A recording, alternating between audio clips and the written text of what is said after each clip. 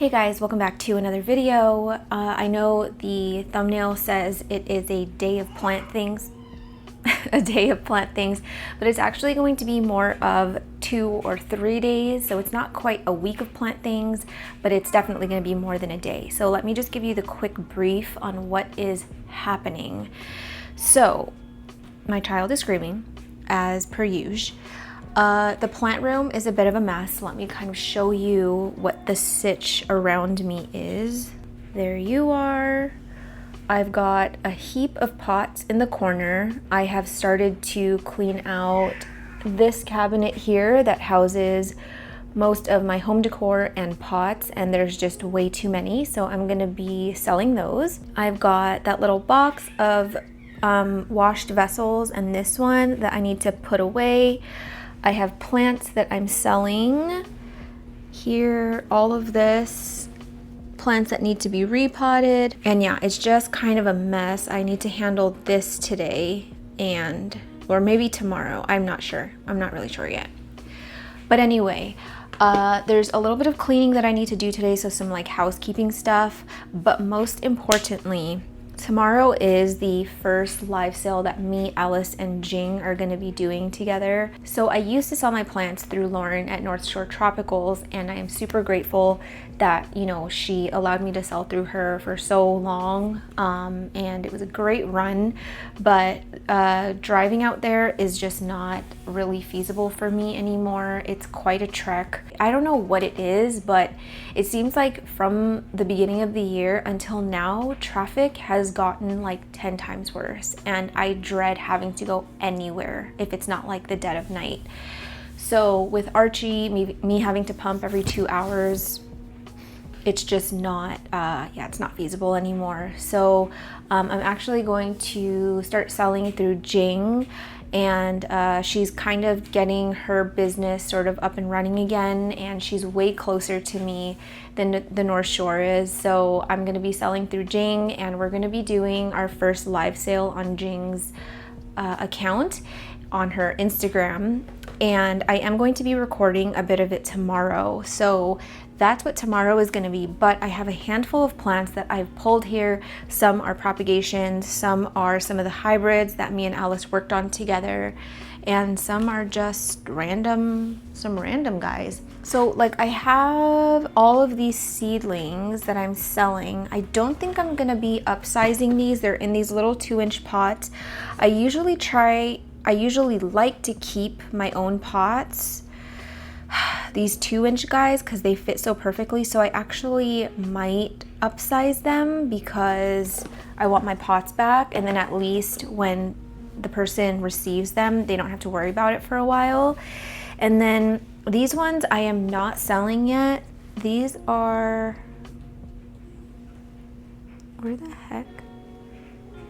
Oh, no, I am selling these. But wait, where's my, sorry guys, my brain, what is actually happening right now? Hold the front door. Because these are the Brielle black crystal seedlings that I'm selling, but where are mine? Oh, they're over there. Okay. We're good. We are good. So, if you guys haven't seen them yet, oh my gosh, I'm obsessed with these. They are so much cuter than I honestly thought they were gonna be.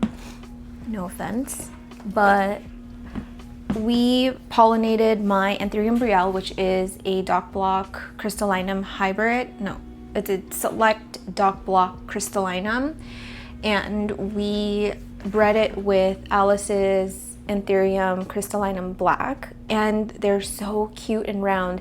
They definitely have the color of the crystal black, but like they came out so round and adorable. So I've kept a few because I want to try and grow some out and kind of see what they look like, but I do think I'm prepared to sell maybe 3 or 4 of them in tomorrow's sale. I'm just hoping I don't regret it, because you just never really know which one's going to turn out super cute, because a few of them can be unassuming in the beginning, and then they just completely take a different form as they mature. So anyway, I've kept 4 for myself, that I need to upsize because they're in these tiny pots still and the stem is coming out. They dry out so fast, and I am trying to prepare for my trip to California, and I just know if I leave those while I'm away, they're probably gonna die because I'm watering them like every 2 to 3 days. So these are the ones that I've pulled to sell. There are 4 of them, and I'm just gonna upsize these as well, and then I'll kind of take you through the other ones that I'm selling. Unfortunately, by the time this video goes up, the sale will already have happened, obviously, but I'm sure we're going to have more lives scheduled in the future. I don't know if I can commit to doing lives all the time. Wait, why am I... Guys, my brain is not, it's not working properly these days. My schedule right now, I'm like up by 2:30 to pump and then to care for Archie, and we're sleep training, so I'm not really sleeping much right now, and so what's going on? Okay, so there's that, and then what else? I have to also repot this. I'm gonna be selling my Spiritus Sancti. I got this as an import what feels like forever ago, and it is just taking forever to size up and do anything, but I can actually see that it just hit Cataphil. Of course it did. So if you don't know what I'm talking about, juvenile plants, they start in the petiolar sheath. Like you can see, it has these wings on them because they emerge, the new leaves emerge from the petiole, but when it hits like a more mature form, it goes into the Cataphil.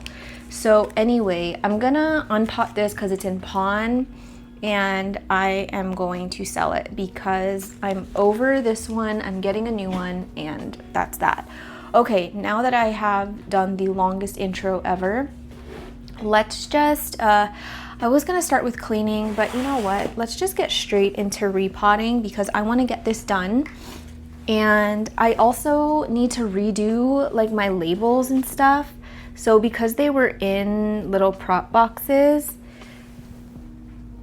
they got like really gross and you can barely see what it says. And I ordered more tape for my labeler, and it's taking forever to get here. It says that it's going to be delivered by tonight, but who knows? So I'll have to label them either tonight off camera or tomorrow. I think that's my labels. It's here, you guys. This labeler has been a pain in my booty. They changed the tape on Amazon. Like the tape that I used to get is no longer available, and the new tape is like multicolored and it's way more expensive. It was like, how much for this single roll of tape? I paid $10.99. $10.99 for this freaking thing. I love my labeler, I do. I love that it's so handy and compact, but I think I'm going to buy a new labeler because I can't afford to do this. I just can't. So that's so funny that that happened right as I was filming. So anyway, the other thing is for our California trip.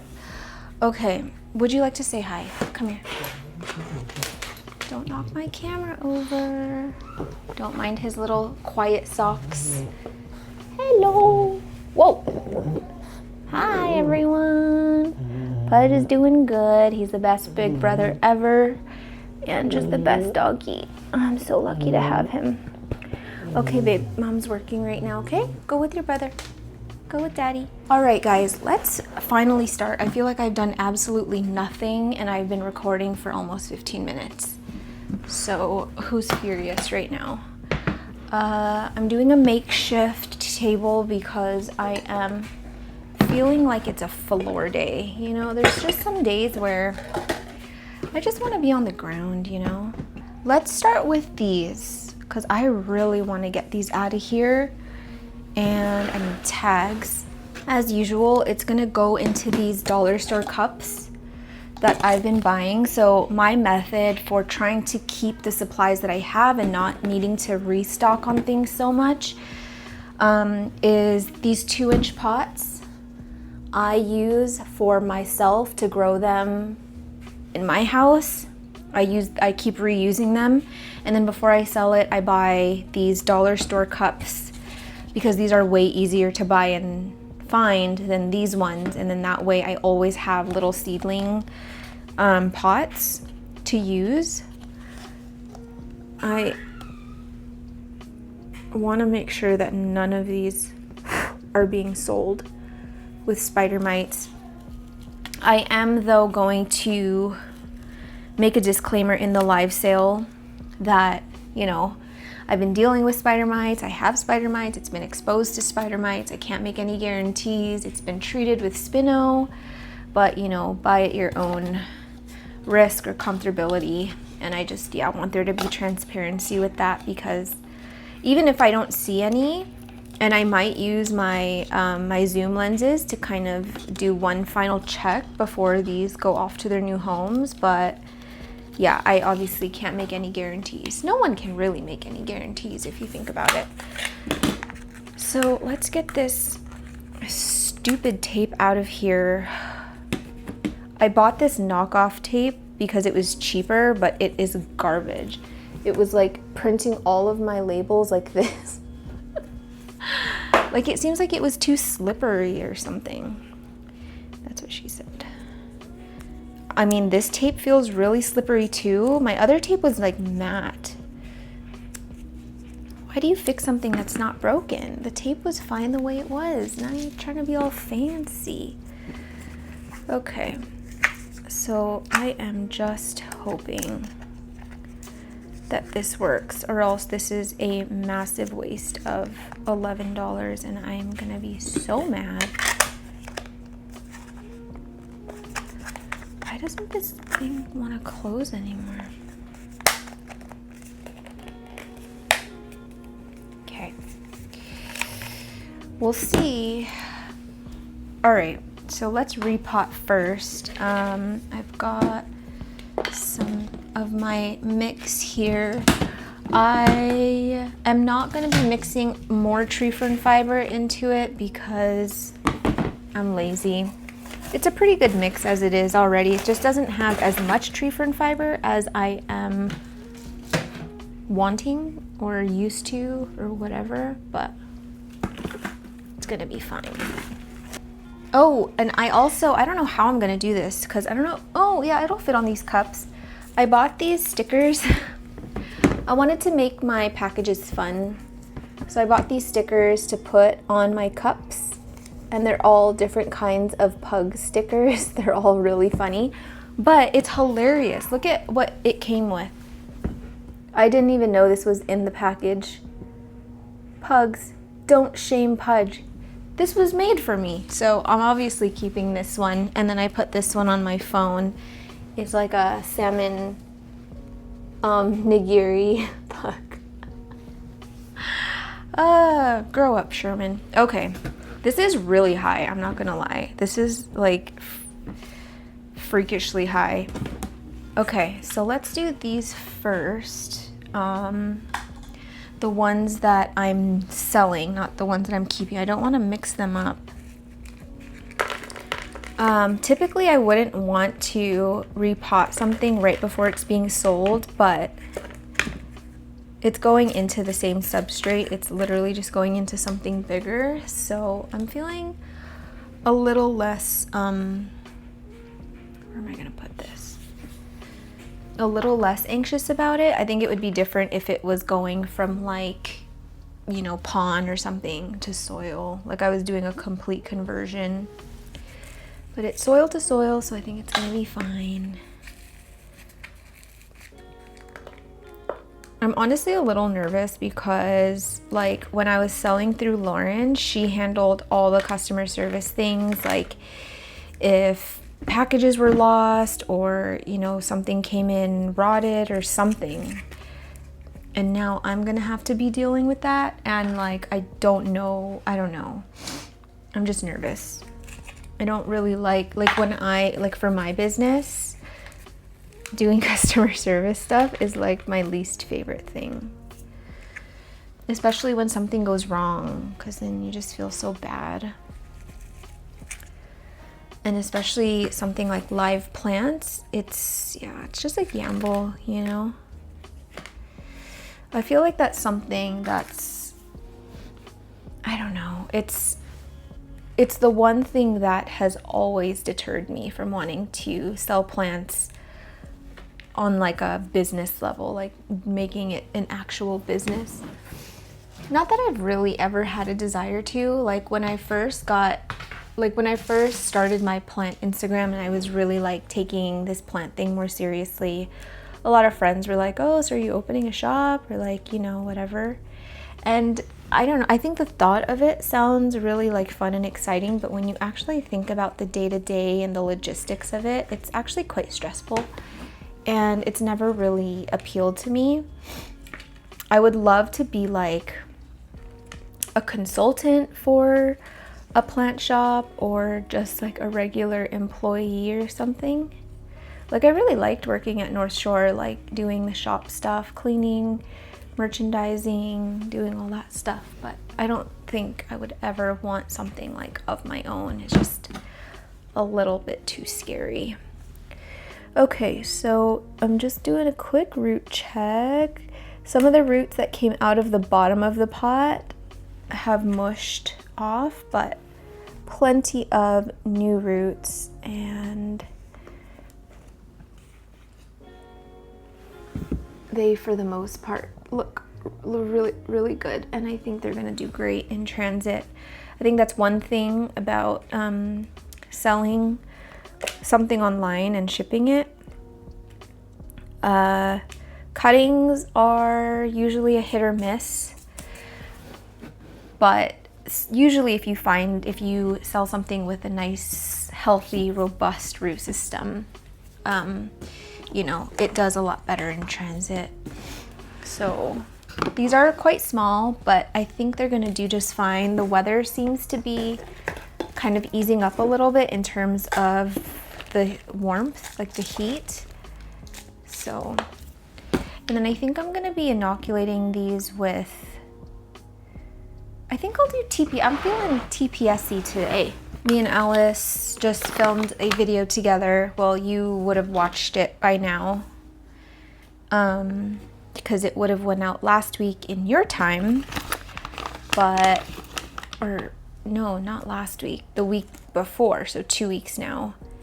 And we were answering some questions, and we got a question about what are the expectations we have of plant shops. And I feel like this is like a whole video on its own, honestly, because it's like there's so many, I'm gonna sneeze.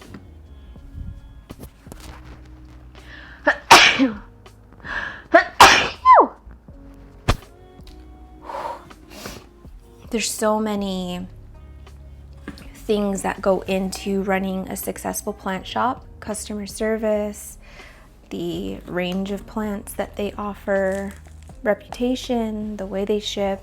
I'm trying to think if I've ever had like a bad experience with buying plants. And I can't really think of one that stands out to me where I was just like, oh, that was like awful, or I'll never buy from them again. I've honestly had pretty good experience overall with buying from shops.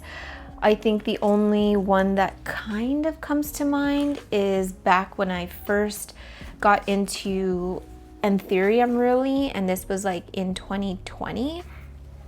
And I can't even fault them because I didn't even realize that it was the wrong plant. But I ordered from a shop here in Canada, and I thought it was an Anthurium vitarifolium. And looking at it now, I'm like, how did I confuse that? Even though, I mean, I don't know. Maybe they could be easily confused. I don't even think I have the listing photo anymore, unless I can find it in my email. But anyway, I thought it was an Anthurium vitarifolium. Even when I got it, I thought it was an Anthurium vitarifolium. Mind you, I had never seen one in person before, but I don't know, I assumed that it was it. but it ended up being an Anthurium pendulifolium. And yeah, I never like messaged the shop and you know, let her know that she sold a plant under the wrong ID, but at the same time, I didn't even know it was the wrong plant until someone pointed it out to me. But I just kind of assumed that plant shops, if you're running a plant shop, you should know what the IDs of your plants are. I also think it's weird when shops kind of double down on IDs. It's almost like they're too proud to admit that it could be wrong. Like there was a shop here that back in, I think this was 2020, they were selling Glorious, which is a Gloriosum melanochrysum, and when they received it, when people received it, it ended up being this like crazy form of Gloriosum, which I'm glad that it happened because it ended up being one of my favorite forms of Gloriosum. It's what I call the Angry Alice now. And you know, it was brought up to this shop several times, like, hey, what you're selling as a Glorious is actually a Gloriosum. And they were like, nope, it's a Glorious, and this is what my seller sold it to me as, or whatever. And in like a different thread, they were talking about another cross. I don't know if it was the Splendid or maybe it was the Glorious again, but they completely had the cross wrong. And yeah, it's just like, why don't you, like, you don't want to try and even consider that it could be wrong? Like, why don't you just double check? You know what I mean? Like, it's just weird, because I'd be mortified if I like mass sold a plant under the wrong ID, and then when people brought it up to my attention, just double down and be like, nope, everyone else is wrong, I'm right. So yeah, I never bought from that shop again, just because like the way that you conduct business, even if you have plants that I like or plants that I've been looking for, even if it's in the right budget, if I don't like you as a person, or I feel like you're doing it all for the money, or you just have like off vibes, you know, you're not getting my money. I'm honestly, some of them I'm just plopping. I'm not even disturbing the roots. I'm just leaving it and just giving it a bit more room to grow. I might put my own plants in a bigger pot than this so that they grow faster. I think I've kept 4 for myself. I am going to give one to Alice because it's like weird. They're from the same seed batch. We just distributed them randomly as seeds, not seedlings. And all of hers are like more narrow and mine are round. And I was telling her, like, you know, you have to have a round one. They're so cute. So I'm gonna give her one of my round guys that I was gonna grow out. It's stressful thinking about leaving the house. I don't love the idea of Vince, you know, being here by himself with Archie. Not that he's not totally capable. Like, he is so good with him. He's not the kind of dad or husband or whatever that constantly like asks for my help, and like if he's crying for too long, he doesn't panic, he doesn't immediately come to me. I don't think he's ever like come to me and said like, hey, can you console him, or can you like take care of him when he was having trouble with him. He always just so patient, and yeah, it's really great. But yeah, you know, I want to be here and I want to help because it can be really stressful being alone with Archie. Especially right now, I think he's going through like a growth spurt and a bit of like a sleep regression. I don't know what it is. But anyway, yeah, I am a little stressed every time I have to leave the house, but I think it's really nice that I'm still kind of able to get out and do things like this where I'm just hanging out with Jing and Alice, you know, whether it's going to the States for a day of shopping or doing plant things. I just feel like it's really important for my mental health to kind of still have this hobby as my thing and still give the time that I want to it if it feels right. And I got so many comments before. Oh, I forgot to inoculate. I inoculated like one of them, but it's fine. I'll put some in some water and I'll water it through. But I'm gonna do mine now. You are probably hearing him screaming. He has discovered his voice and he is experimenting with it and seeing how loud he can get. So that's all we hear in this house. If he's not crying, he's screaming like that. So I'm gonna go a bit bigger with my plants. I'm gonna go in a pot this big with drainage, like a down at the bottom, the same soil mix. What was I talking about? Oh yeah, so when I was still pregnant, a lot of people were saying how when they had a baby, like they actually enjoyed the plant hobby even more, which kind of surprised me because I was like, wouldn't it be more stressful? Like, wouldn't it feel more like a chore because you have so many other things, and in your downtime, don't you just want to like sleep and do nothing? But no, it's true. Like when Archie is down for like a long nap in the early morning and I'm just like in the plant room, it's so quiet and I'm just doing plant things, watering, repotting. It's like, it feels so much more special. I don't know why. Not to say that like if you don't have a baby then it's not going to feel as special as it does to me. That's not what I'm saying at all. I guess it's just like it just feels like a luxury to be able to do plant things because the rest of the day you're like just in mom mode, you know?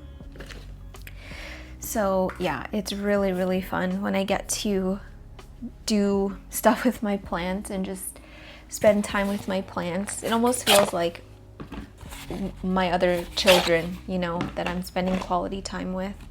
But I think if you were to ask me if I like the plant hobby more before or if I like it more now that I'm a mom, I honestly have to say I think I like it more now, which is so crazy.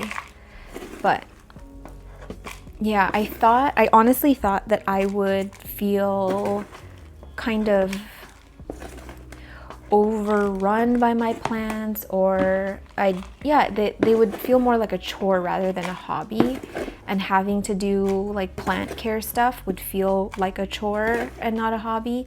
And that's why I think when I first released the Week of series, I like named it a week of plant chores, but I think after like 2 videos, when I was making the thumbnail, I'm like, I don't really feel like that's the right name, because I don't like the term chores when it comes to talking about plant care.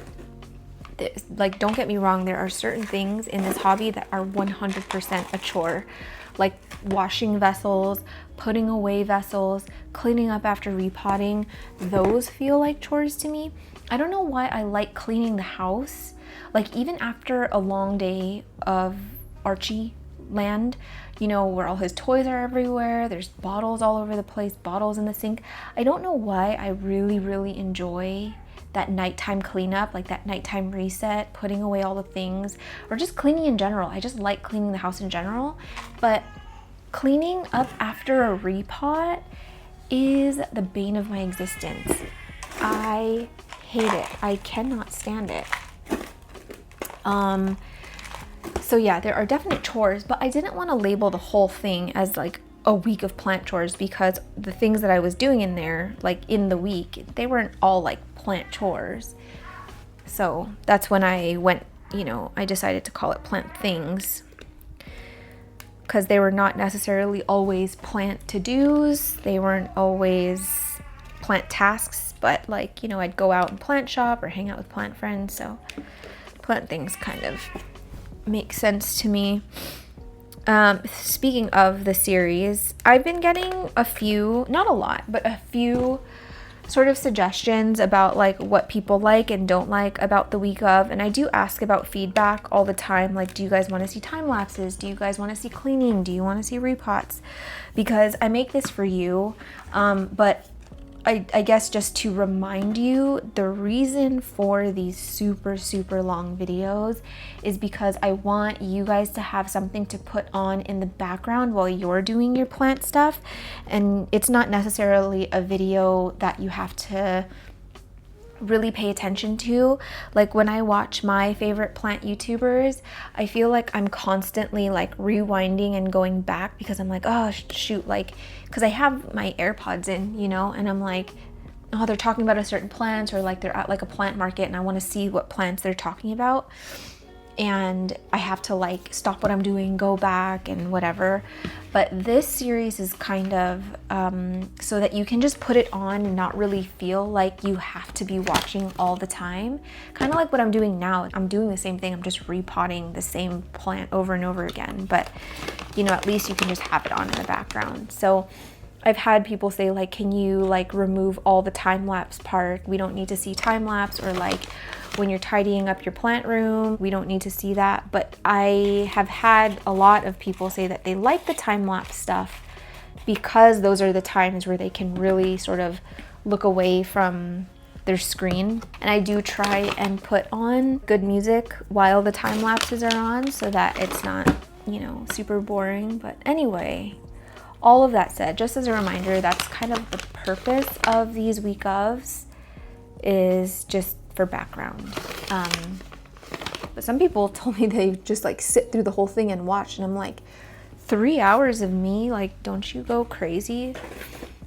I think I'm gonna have just enough soil to get through all of the plants I need to repot today, because there's a few, and I had it on my to-do list to repot my seedlings. I still have all of these seedlings in the mixed container from when they germinated, and it's so funny because it's from the same seed batch that I did with Alice. They're the RA5 Fort Sherman Ralph Linum, and Alice's are huge because she has them in, I think, pots this big already, and mine is still in the container. Hers are like bigger than this size, and mine are like still the seedling size. Whoops.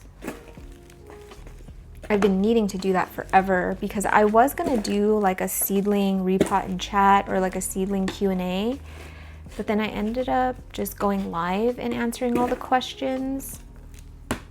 By the way, I will link the live that I'm talking about. Someone asked how come they can't see my live replays, and that's because it's not on like the same page as all of my videos. There's a little tab that you go to where it says lives, and all of my lives are there. So yeah, you can see it there. And there was a point I was gonna make. What was I talking about?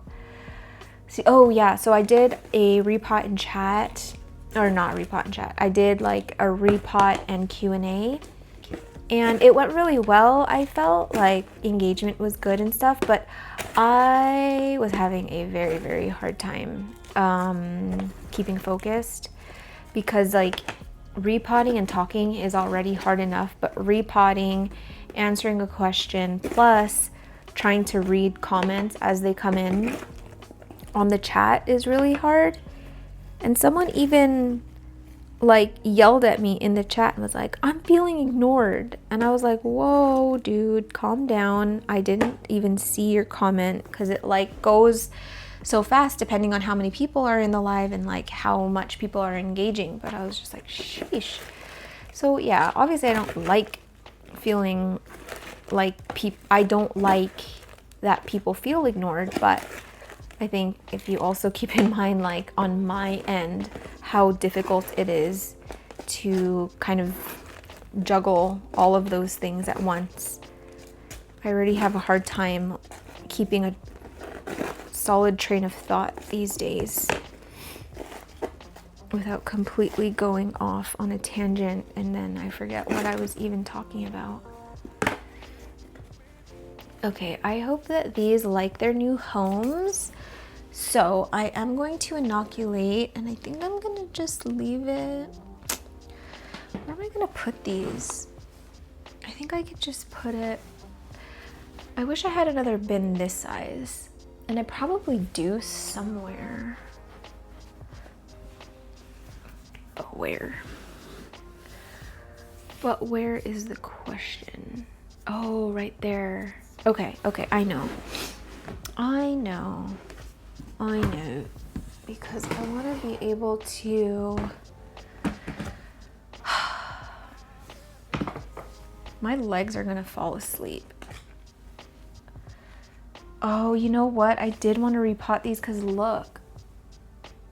Oh, frick. You know what? I might just place them in these cups and tell people that they need to be repotted because I'm selling these super cheap.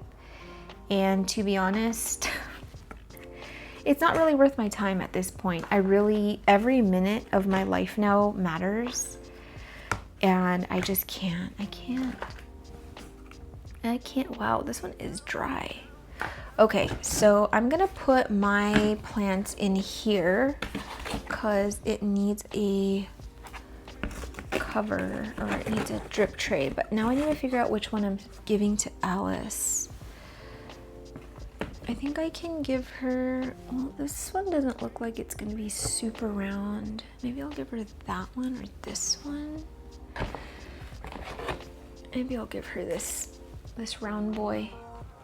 But I do need to water it. Hopefully I don't forget this tomorrow. But it's fine because she's gonna be coming here to water anyway. So if I forget it tomorrow, she can just grab it when she's here. Okay guys, let's keep our fingers out and toes crossed that this labeler works. I'm nervous. How many do I need? I need 1, 2, 3, 4, 5, 6, 7, 8. Smooth as butter, you guys. So I think for Alice's plant, I'm going to do the one that has the Christmas pug. This one. It's just on brand, so.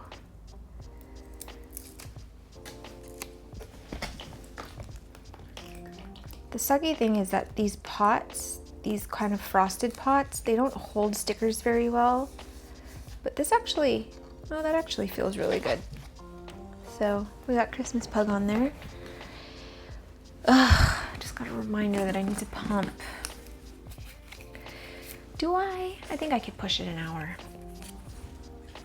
Okay, these tags are actually really cute. I'm not gonna lie, but I'm salty. I'm salty that they're $10. $11. That doesn't seem right. Okay, now for these ones, I need to put stickers on them. I need to water, do all the things. I don't know if I'm gonna get to everything today because I do want to clean up my plant room. I just don't want to leave it in this state of disarray. But honestly, I think this whole video is going to be mostly repots, and I'm going to record a bit of the live sale tomorrow and kind of show you the plants that Jing and Alice have for sale.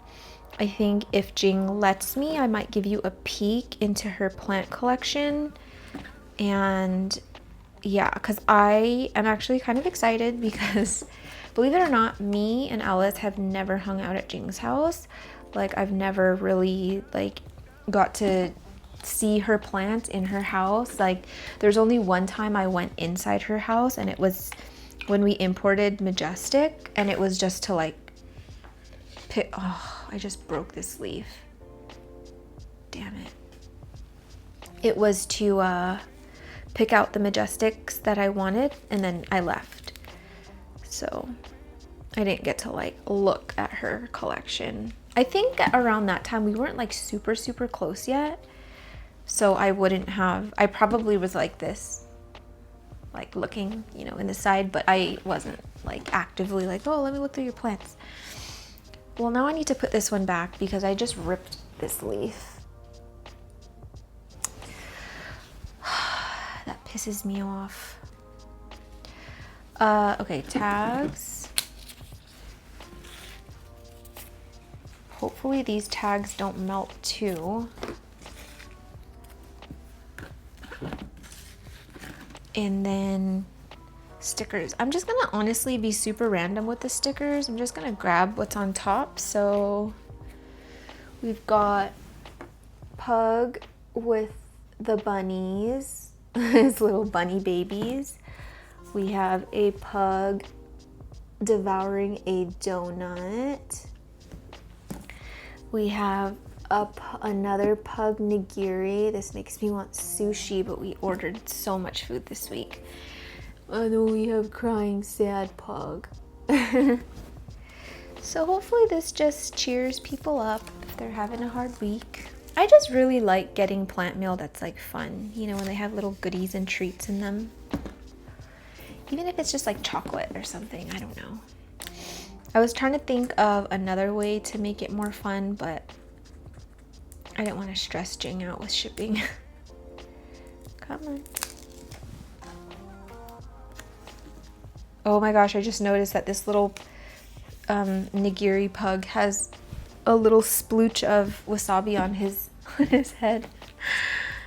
That's too cute. And I did treat all of these plants last week with Spino, but I'm gonna give them one final spray before tomorrow, just for good measure. All right, so those are done.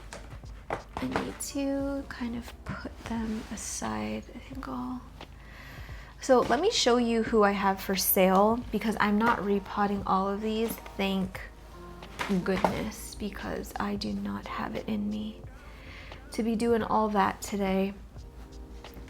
But I will give you a peek at who's gonna be for sale. Okay, so the first one is this Indo-Pappy hybrid darkish forgetti-eye. This was a seed batch that I released a couple months ago now, but I kept a lot of the strongest ones. So this one's quite big now. It needs to be upsized badly. It's so root bound in here, but I'm not gonna bother. I don't want to stress it out more. Where's my watering cup? Oh, I have two watering cups. But I am just gonna water it with a little bit of this TPS water and call it. So there's this one. I don't see any spider mites on it. I have another one of those plants. This one's a little bit smaller. I was gonna keep this one because it looked like it was gonna be really cool, but it ended up looking similar to the rest of them. So I am going to be rehoming this one. But yeah, they're actually turning out really cute. They look a lot like the Indo-Pappy hybrid. There's really not a ton of forgetti-eye that I'm seeing. Dang it, I dipped my sweater into the soil. Yeah, I'm not seeing like really any forgetti-eye traits. It just kind of looks like, yeah, the Indo-Pap, and I will insert a photo of the mother. That one was bred a lot this year and it's pushing another inflow, but I think I'm gonna chill. I don't really think I need to make another Indo-Pappy hybrid, nor do I really feel like I want to self it.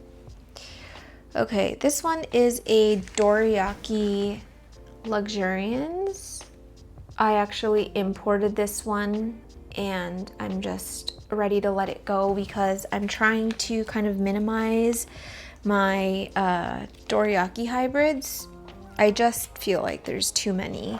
I'm like, I just need to keep the ones that I really love, and that'll be that. So this has way too much water in it. I actually think I need to purge more anthurium because I just have too many. And I don't know. I honestly, I think what remains in my collection, I really love them, but I think I'm starting to get overwhelmed with the idea that all of these that were once seedlings that are now becoming plants that are like full size, it's just, there's just gonna be too much. So I need to figure out a plan for that.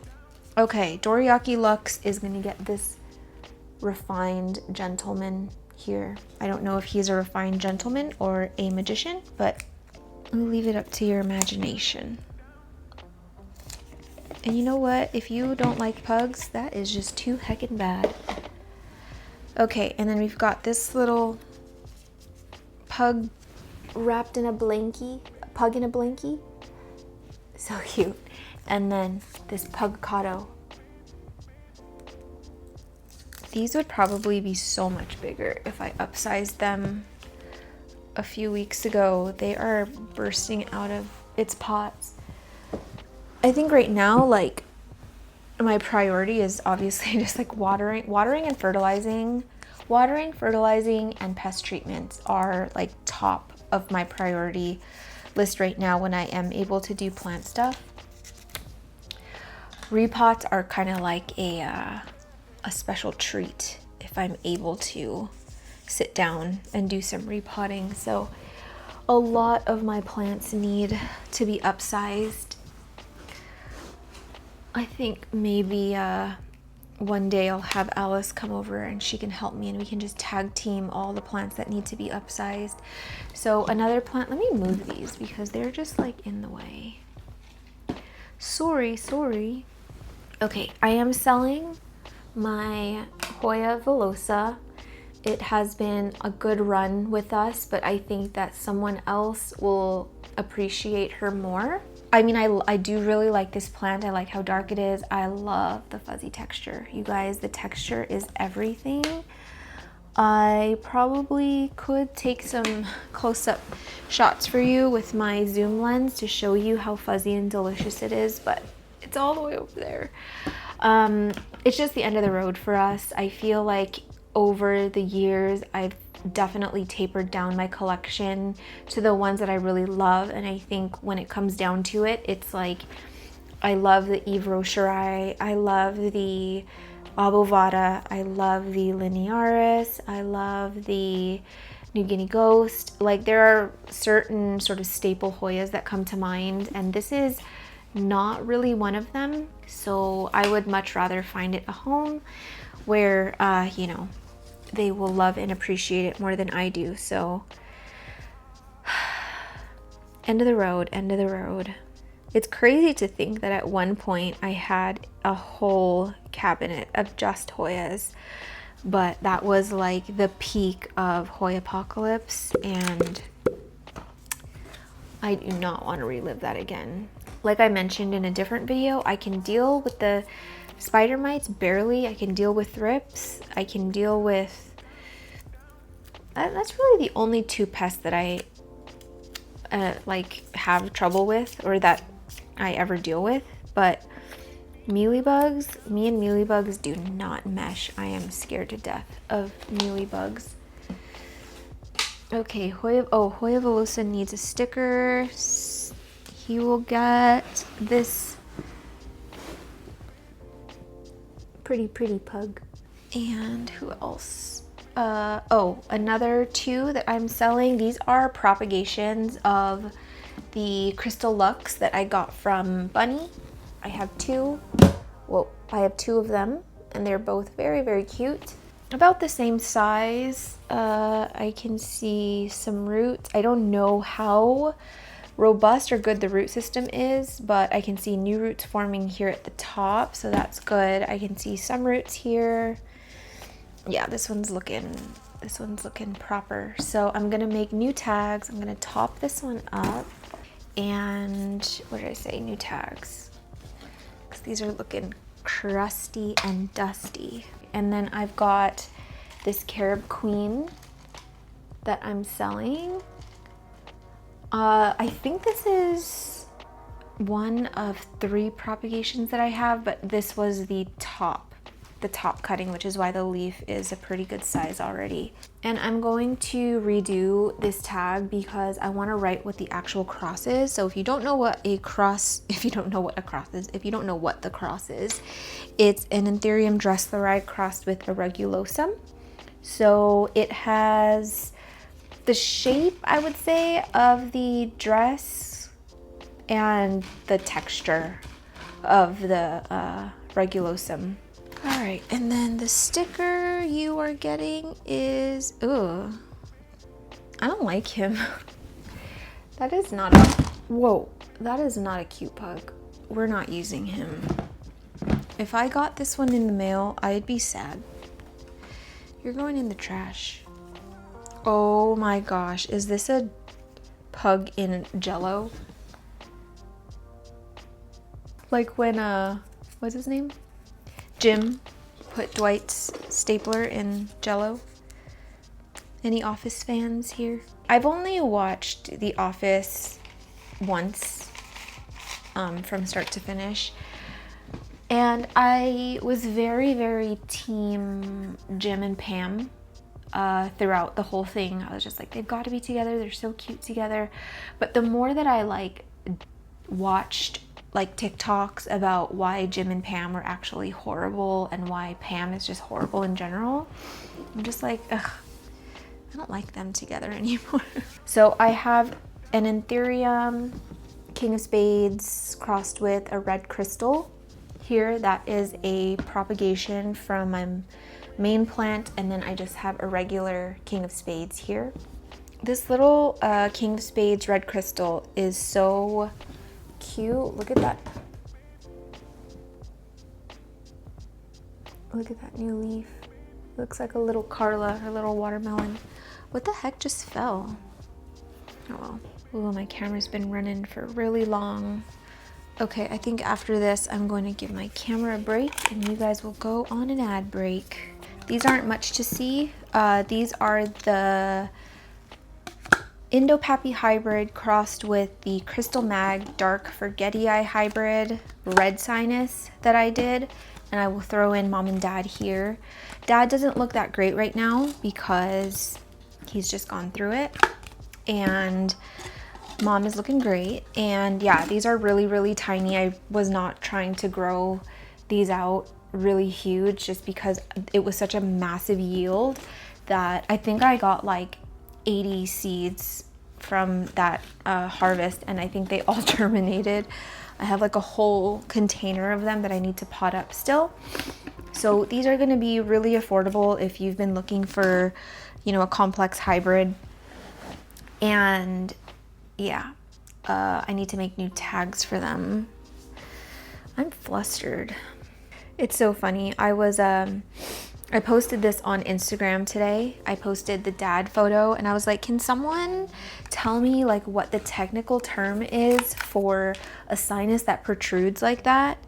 And so many people were like, oh, it's a hemorrhoid. So I didn't get the answer that I was looking for. I know there's an actual term for like when a sinus does that because I read it in a thread once and I screenshotted it and I can't find it. But anyway, we're calling it a hemorrhoid now. I'm gonna go through this whole $11 tape by the time I'm done. Okay, I'm going to add these labels, add the stickers off camera because I've been recording for heck long and my camera is hot. So you go on an ad break unless you have YouTube Premium.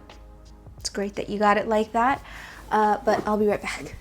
Here is my bin full of plants. I was gonna sell this little guy, which is a red crystal port, but I'm a little bit nervous about sending one that small. So I might hold off. Spiritus. I was also gonna sell this, but now that I'm thinking about it, with how finicky the Spiritus has been, whoa, I'm a little bit nervous as well about switching it from pond to soil and then shipping it. I don't want to have to deal with someone getting a dead plant. I don't want to have to deal with that whole headache while I'm in California. So I am going to repot this when I get back and then sell it when I get back. I do have a few other things that I need to repot eventually, but I don't think that's going to happen tonight only because it's getting kind of late. I do have to be in bed soon. Our dinner is arriving shortly. But let me just kind of show you what I've got going on before I go into a time lapse of cleaning up the plant room. My Alocasia Corazon, this one is going to Lauren. She wanted to take it from me because I am just going to focus on my Heterophila Dragon's Breath and give this one a loving new home. So there's probably a bunch of corms in here. She doesn't really ever grow in pond, but I don't want to shock it. I'll let her do that and get it into the substrate that she wants. And then also, I mean, I could probably do this really quick since I already have the soil out.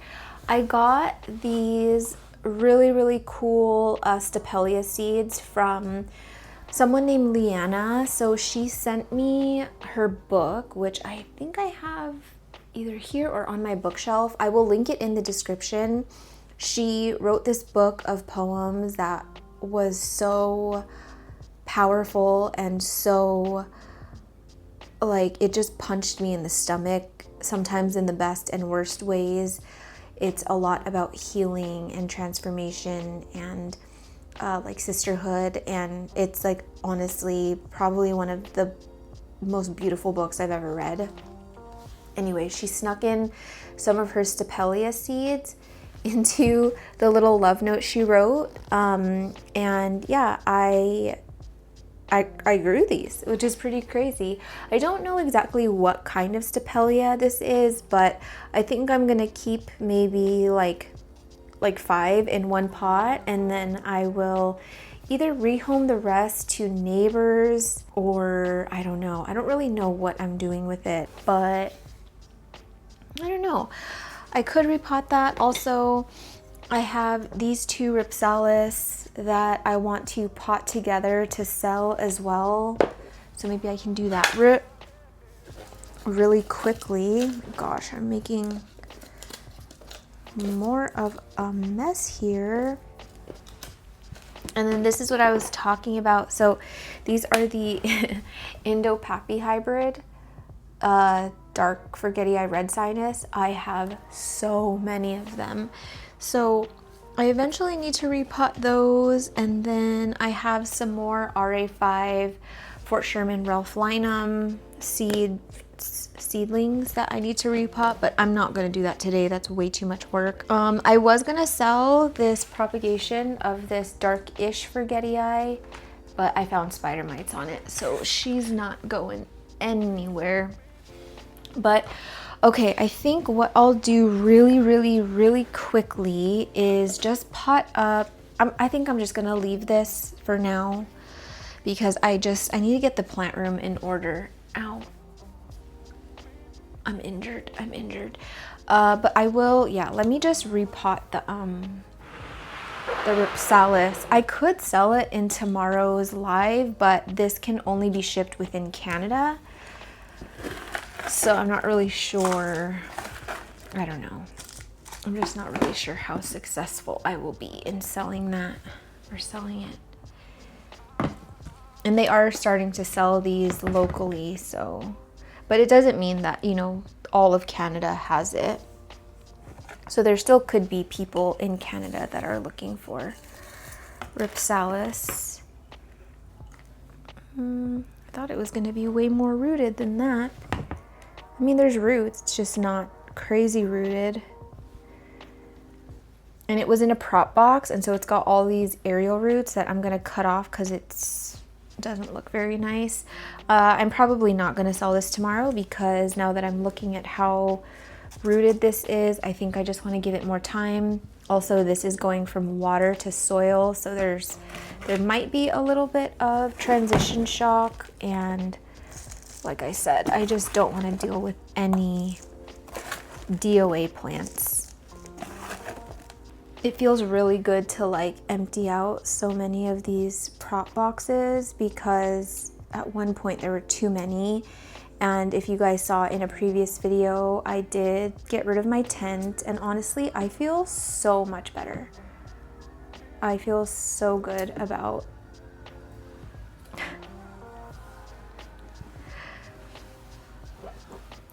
Vince's TV is so loud.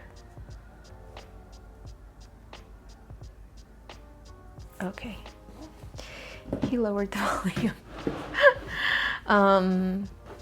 Yeah, I thought that I was gonna miss tent life, but I feel so much better not having the tent and just having the space back and just, you know, growing my plants back in ambient and just in the exos. I think that's just, for me, I don't know.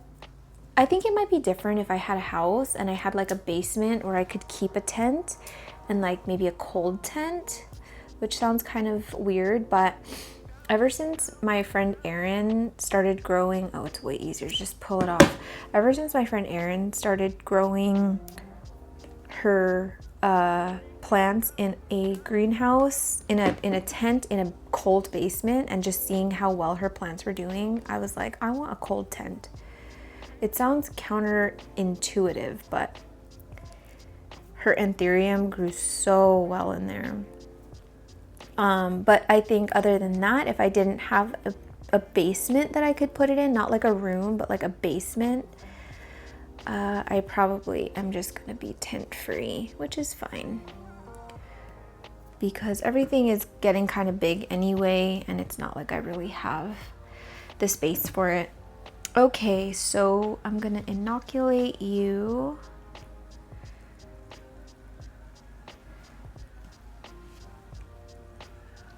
And this is done. I just need to put it away somewhere. But I need to clean up, you guys. I'm getting a little frazzled in my brain. So what I'm gonna do is just kind of set you aside. We're gonna do a little time lapse. I'm sorry if you don't like the time lapses, but as I mentioned, we have a goal for this series.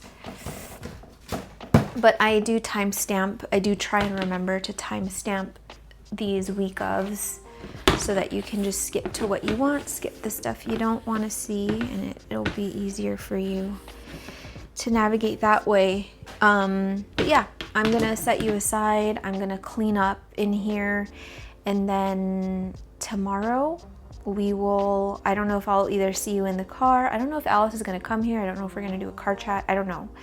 Otherwise, I will see you at Jing's house.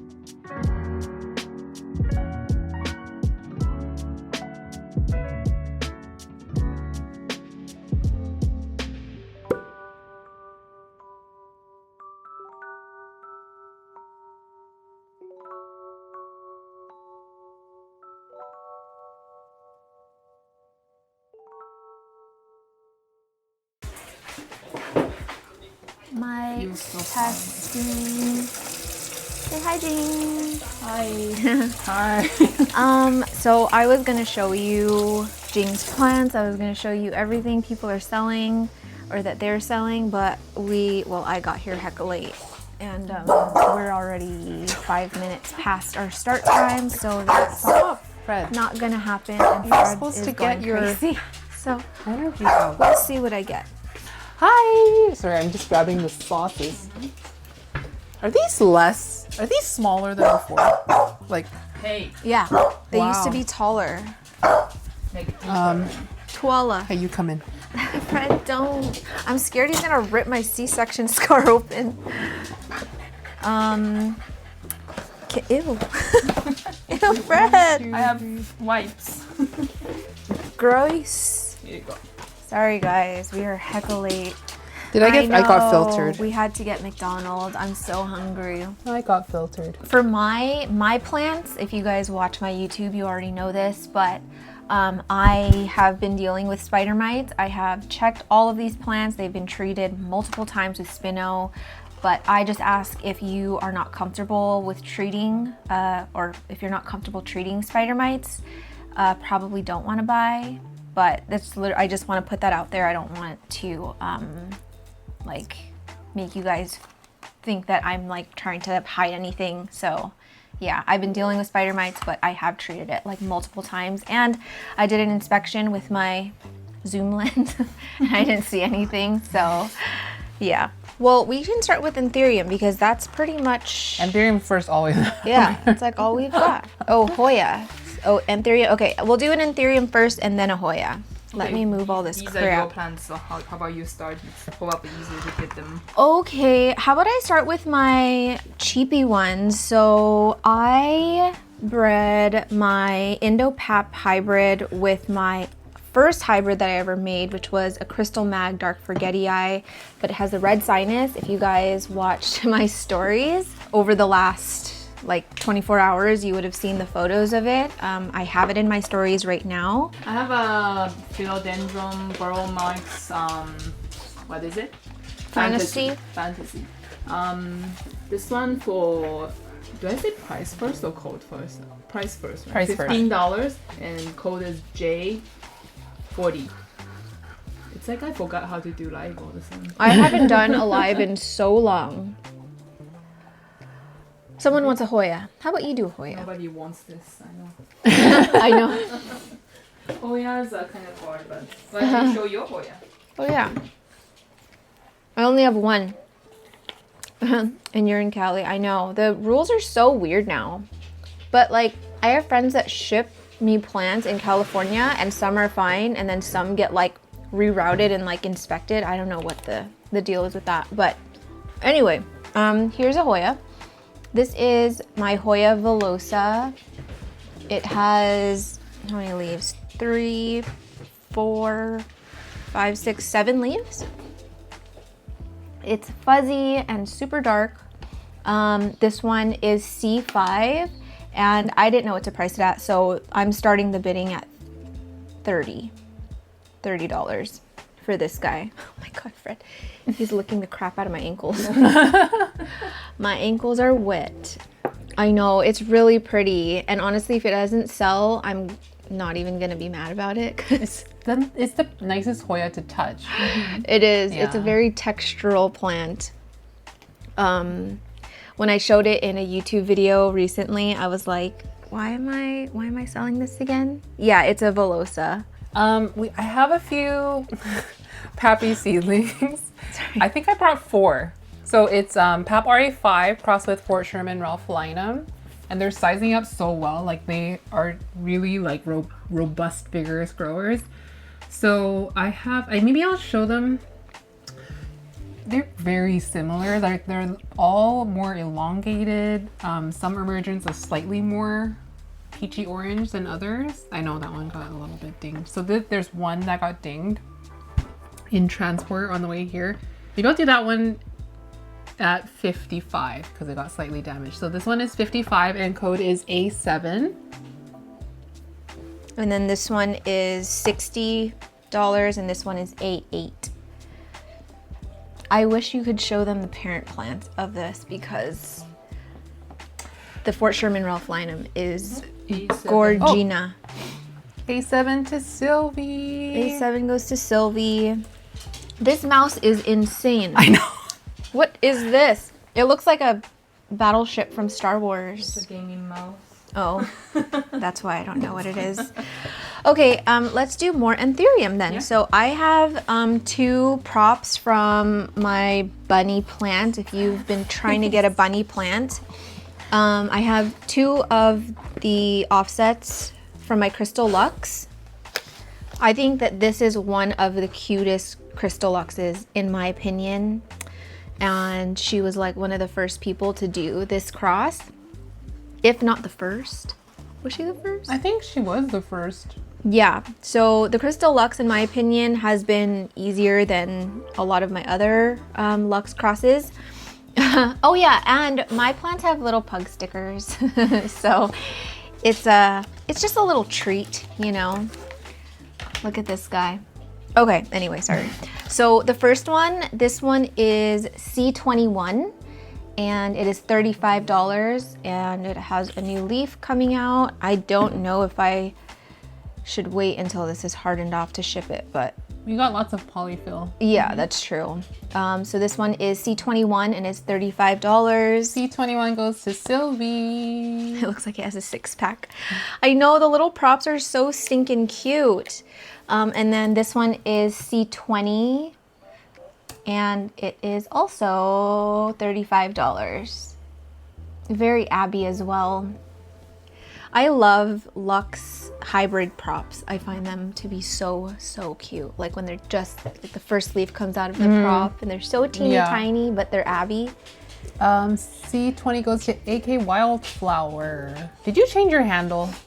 Or am I thinking of someone else? I can't believe this is gonna go live in Alaska. Good luck, buddy. Have fun on your journey. Thanks, guys. Don't follow me, Fred. Oh, that's Alice's.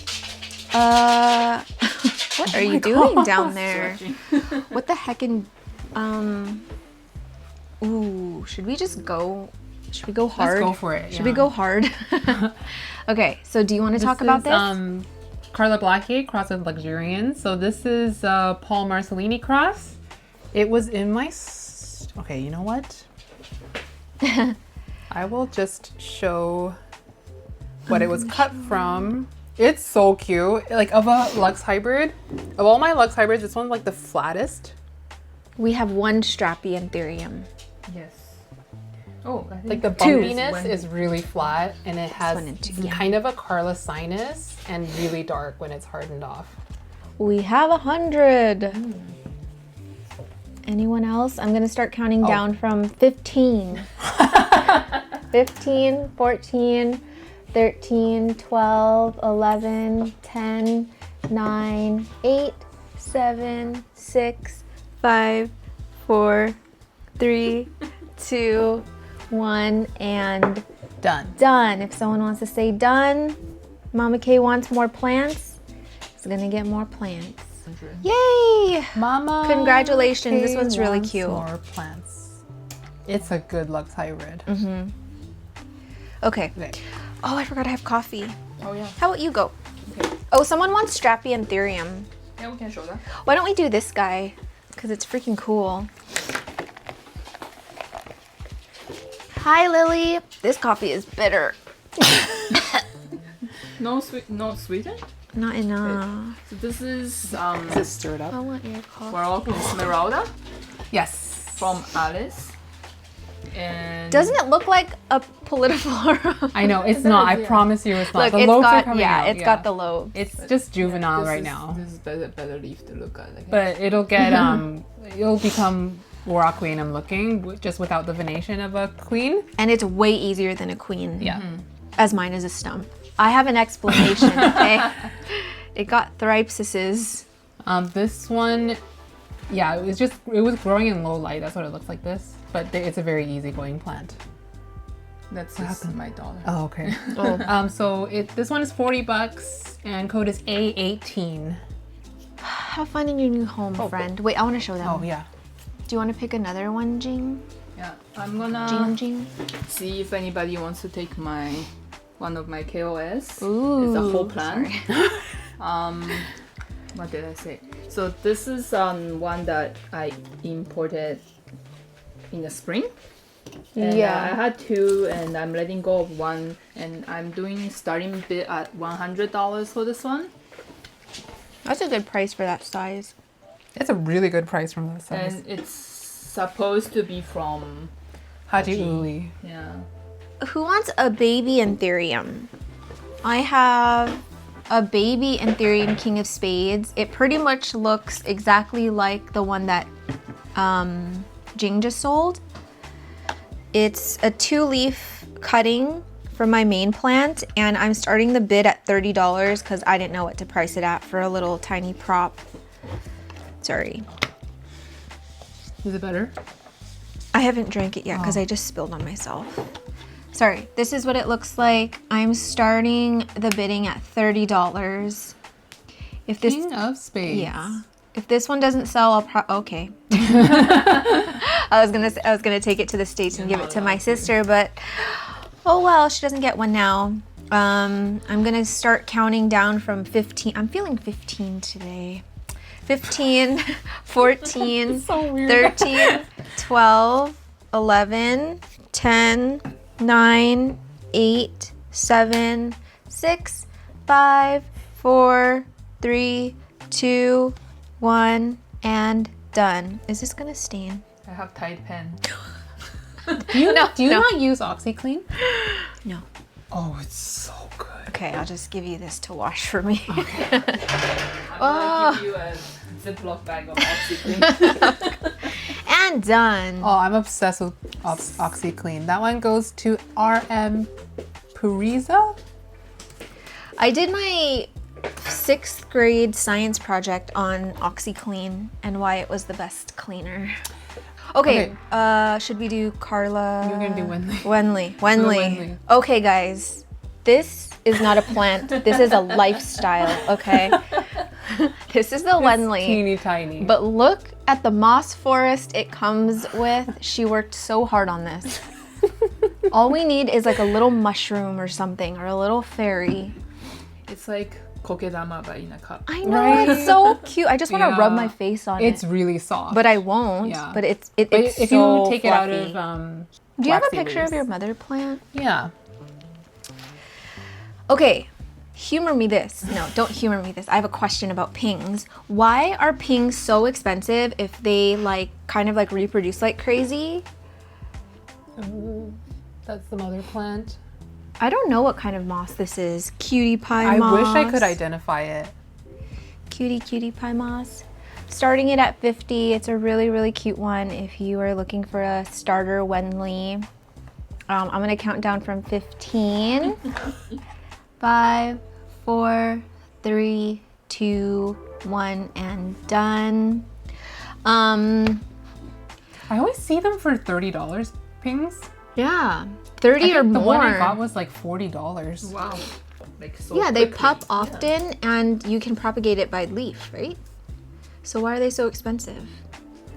Oh You no, want my to chicken try? nugget! It's just It's been there. sitting in, it's been drowning. Oh, it's Baker in French. No wonder you got it right, because you're so fancy and British. It's such a pretty last name. I know. Okay, let's do Hoya. Hoya? Oh I yeah, have, we'll do that one next. Hoya Display. So this is the one with the whisk-shaped flower. This doesn't look like anything. Flower is where this shines, and this is $50. Code is J21.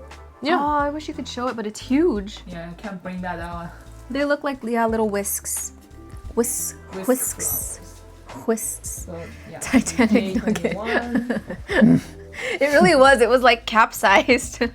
How about I just go quickly, like a bunch of Hoyas? Yeah, and let's do yeah. a Hoya rapid fire.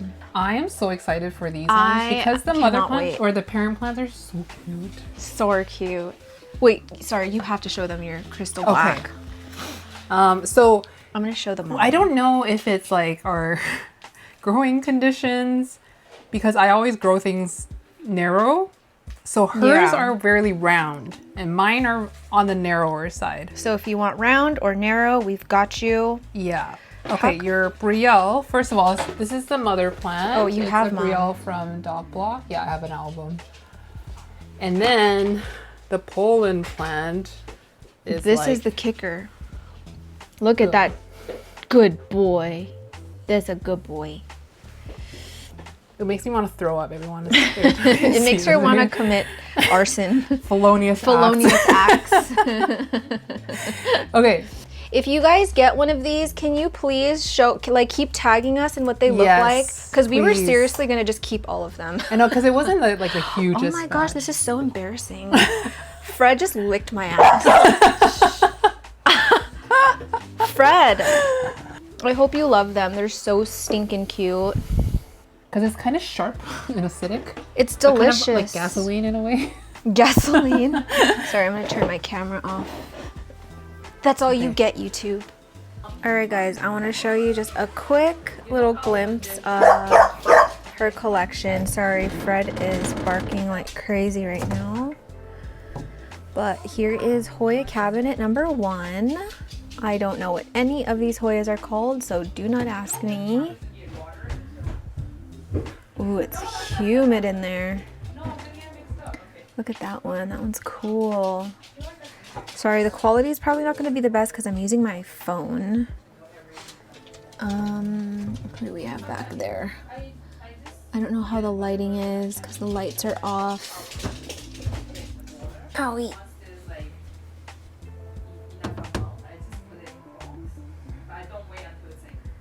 She has so many. This is wild. This is the first time I'm really seeing her plants. Look at how cool these flowers are. I don't know if it's gonna focus. Oh, there. They look like little whisks. I forgot what the name of this is called. So cool. I don't like Hoya flowers, but I can get on board with that one. Oh my gosh, he is smelling my boob.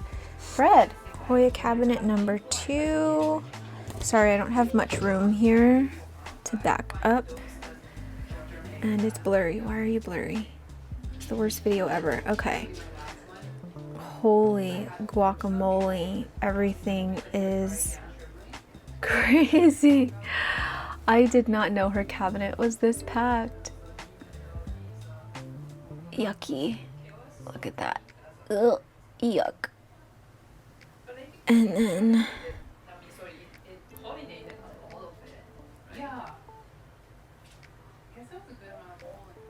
I don't know what those two are doing over there. Those hooligans. Ooh, look at her clemenciorum. Can you focus? It's because it's dark. Look how yummy. Oh my gosh. Hers has so many leaves. So this is the Hoya clemenciorum Thailand. That's all I know. And then there's a Hoya New Guinea Ghost down there. My New Guinea Ghost is actually from her. I think this is a Hoya Villa something? Vitellinoides. Then we've got more here. This is one of my favorites. She was actually trying to sell this one. Decaria something. Hers, she has a really nice clarinervium. Hers has that, what is it called? That hemorrhoid sinus? Prolapsed sinus. Oh my gosh, my phone. Here is the tent. Everything is growing like wild. It's hot in there, dude. It's hot. I don't know how she has this many Hoyas and no mealybugs. Oh. Okay, so this is the Hoya acicularis. I love this Hoya so much, but it hates me. So I got the Hoya stenophila from Crystal Star in hopes to scratch that itch, but I don't know, man. It still stings. It still stings. And then she's got more down there. That little guy is so cute. That one. Who are you? You're so cute. Variegated burley marks. She has a really nice pink princess. Superior genes. This is crazy. Okay, but look at this. How stinking cuterino are you? It's growing in the tiniest little no drainage vessel. Alice vessel. Alice vessel. Alice Oh. parfait cup. Look at that color shift. That's crazy. It turned blue. So take the light off and then on. Whoa, cool.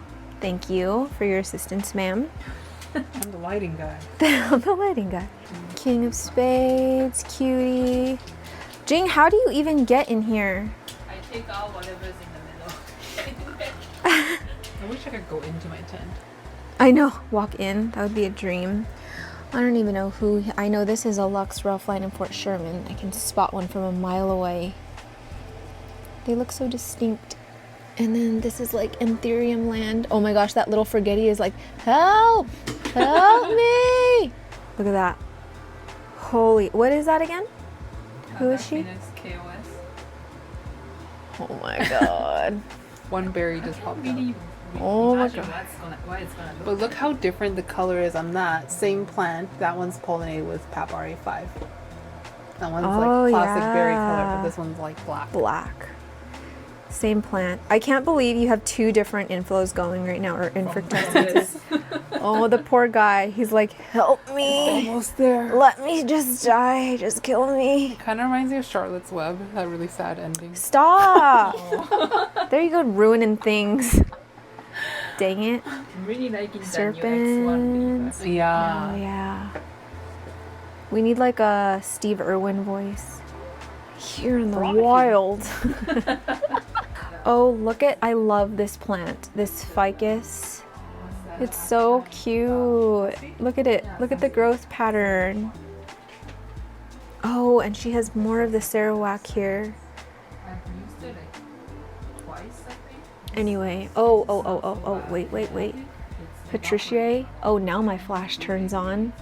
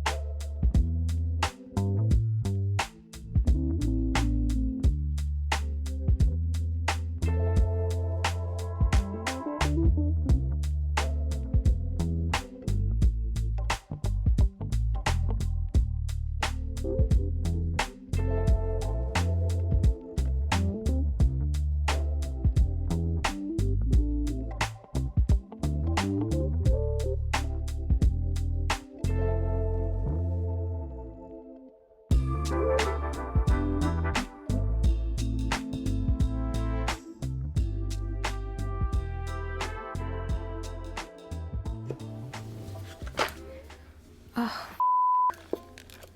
Mic testing, mic testing. Archie's mic testing for me. Okay, wow, this is extremely crooked. Hello friends, welcome to the last day of this week of day of. It's actually been a few days since I was at the thrift store. And the reason I was at the thrift store is because I brought something back from Jing's house. We both bought a plant from someone local, and that's the first time I was seeing her since we bought it. So I needed to find the perfect vessel. I did not find the perfect vessel, but I found something that will work. Anyway, right now it is not even 5:30 in the morning yet. Me and Archie have been up since 4 a.m. unfortunately. Sleep training is it is a challenge. It is a challenge.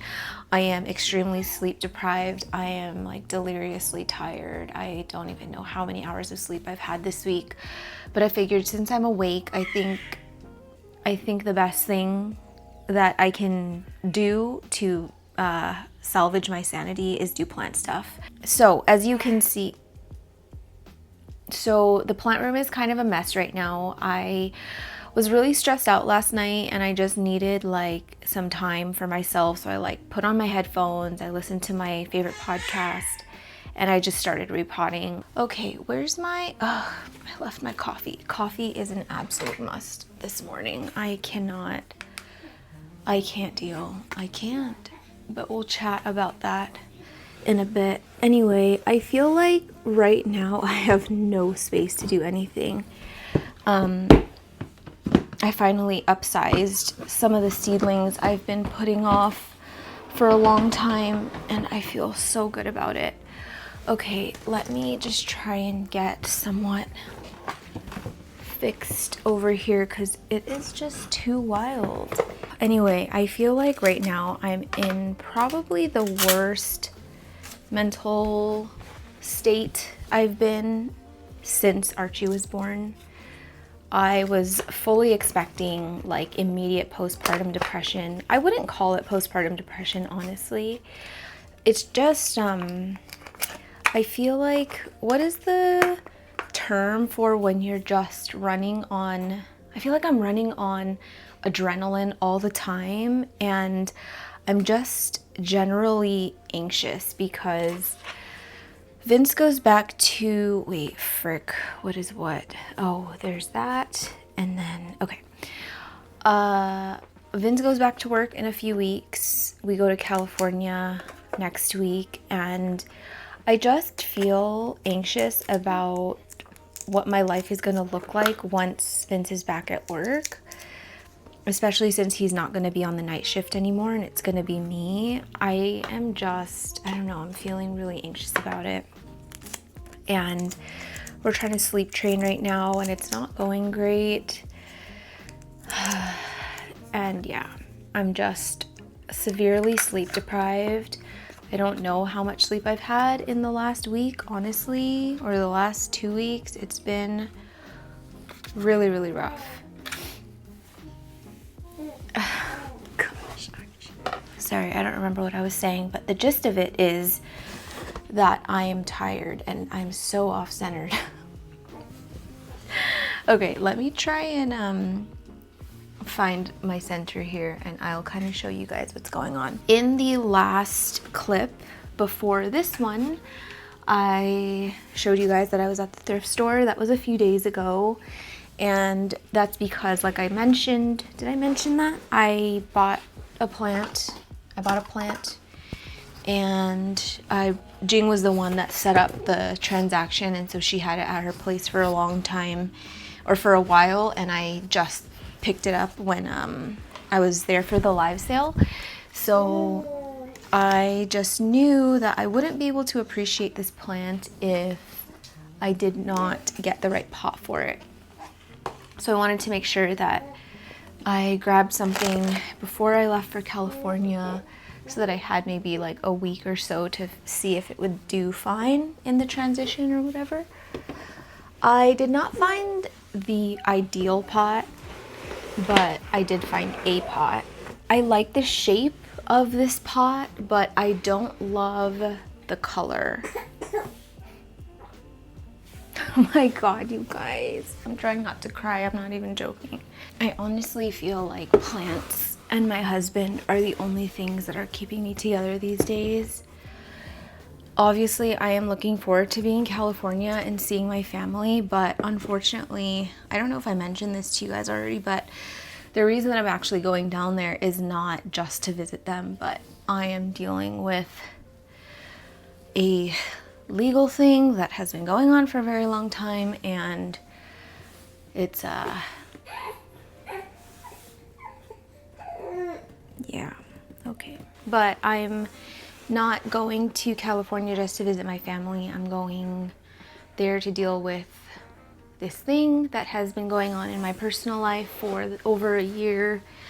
And I think that's also contributing to my anxiety lately. So I feel like my husband and plants are the only thing that's kind of keeping me grounded at the moment. And I just like I can't even express how grateful I am for my plants at this time. I know that to the average person, if you tell them about this relationship that we have with our plants, they'd probably think that we're crazy.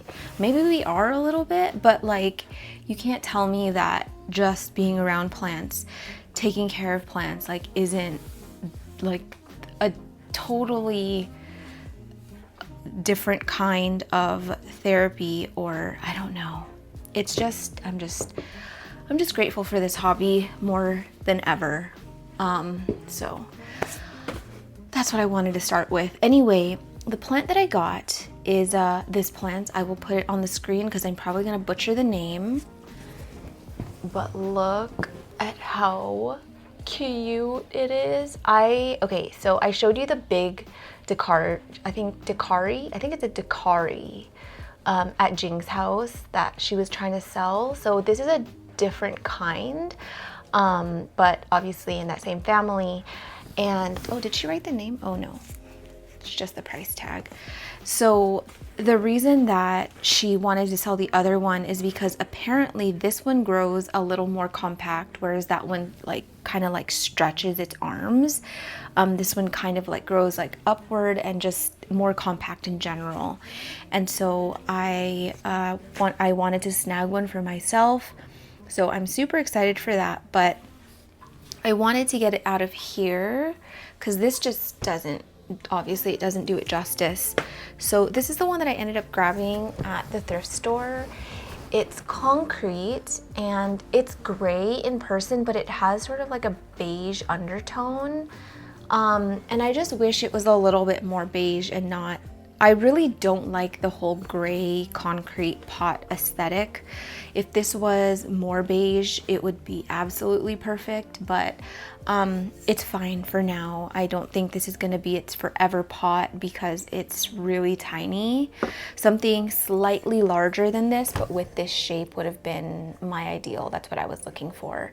But anyway, I'm gonna repot it into this because I just wanna get it out of there. I do like this mix that Jing used. It's a very chunky, it looks like a perfect desert plant mix. So I'm gonna just reuse this. I don't actually know what's in it, but it's very delicious looking. I don't know what the root situation is like. I do think he said these were new transplants, so yeah, not super rooted. Look, it looks like a carrot. So I guess it's not a terrible thing that the pot's not huge. I'll have a little bit of that stem sticking up a bit more. I might kind of put it at an angle because it's if I put it upright, it's gonna be, oh, you can't even see. If I put it upright, it's gonna be sideways like this. So I'm gonna just plant it like that. Okay, I do think I can afford to bring you a little closer, or maybe I'll go closer to you. Oh, I forgot my little floor cushion. Oh my gosh, I need coffee. I am a corpse. Oh my gosh, his eyes are closing, you guys. I'm sorry if you can hear his swing in the background, but it's the only way that I can get stuff done during the day, because for whatever reason, he does not like sleeping in his bassinet if it's not at night. Can't win them all. What was I gonna do? Oh, I'm just gonna reuse this mix. Maybe I'll actually mix a little bit more soil into this because it's mostly, I would say mostly, I don't even know what's in here. It's delicious though. I do like this mix that she used. I might have to buy a little bag from her when I repot a lot of my sort of desert looking plants. But anyway, yeah, I am trying to do most of his daytime naps like out in the living room area so that he gets used to noise. So far so good. Sometimes I'll like literally drop my phone on the floor, or like something will come crashing down in the kitchen and he just doesn't even flinch. Okay, I think that's a little bit better. Added a little bit more peat. Oh my gosh, and Pudge is snoring in the background. He had a vet appointment yesterday, and because one of his eyes are really irritated. That's a problem that pugs have, and our vet like refuses to see him unless he's been sedated. So we give him like these anxiety meds, and you know what? I'm gonna close the door. Hopefully that drowns out some of Pudge's snoring. But yeah, anyway, he has like a little bit of an eye irritation thing going on right now. So our vet, yeah, he just basically refuses to see Pudge unless he has had his anxiety meds, which make him quite sleepy. So they still haven't like really worn off. And when he's had those pills, he snores so loud. So unfortunately, there's nothing I can do about that right now. Oh, this thing is so stinking cute. OMG. I am gonna fill it pretty much to the top, but not all the way because I don't want any of the soil exposed. I just feel like this is the kind of plant that would look good if it had some rocks at the top. So that's what I'm gonna do. I have these rocks that I used for my Euphorbia balsamifera that I potted in that one vessel. It's funny, like these rocks are super cute, but they remind me of little baby dog teeth. Like when Pudge's teeth fell out as a baby.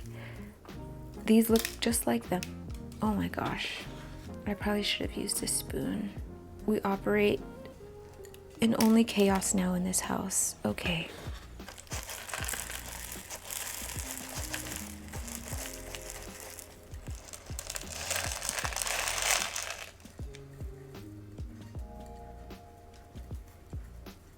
I feel like this makes it look so much better, and I'm not really minding the concrete pot, but again, it's not my favorite. I think I just like don't really like the color gray. I don't know, there's nothing that I really like in gray besides like, I don't know, socks and like a sweatshirt or something, but I really don't like the color gray. To me, it's one of like the worst colors. It's the color that makes me sad.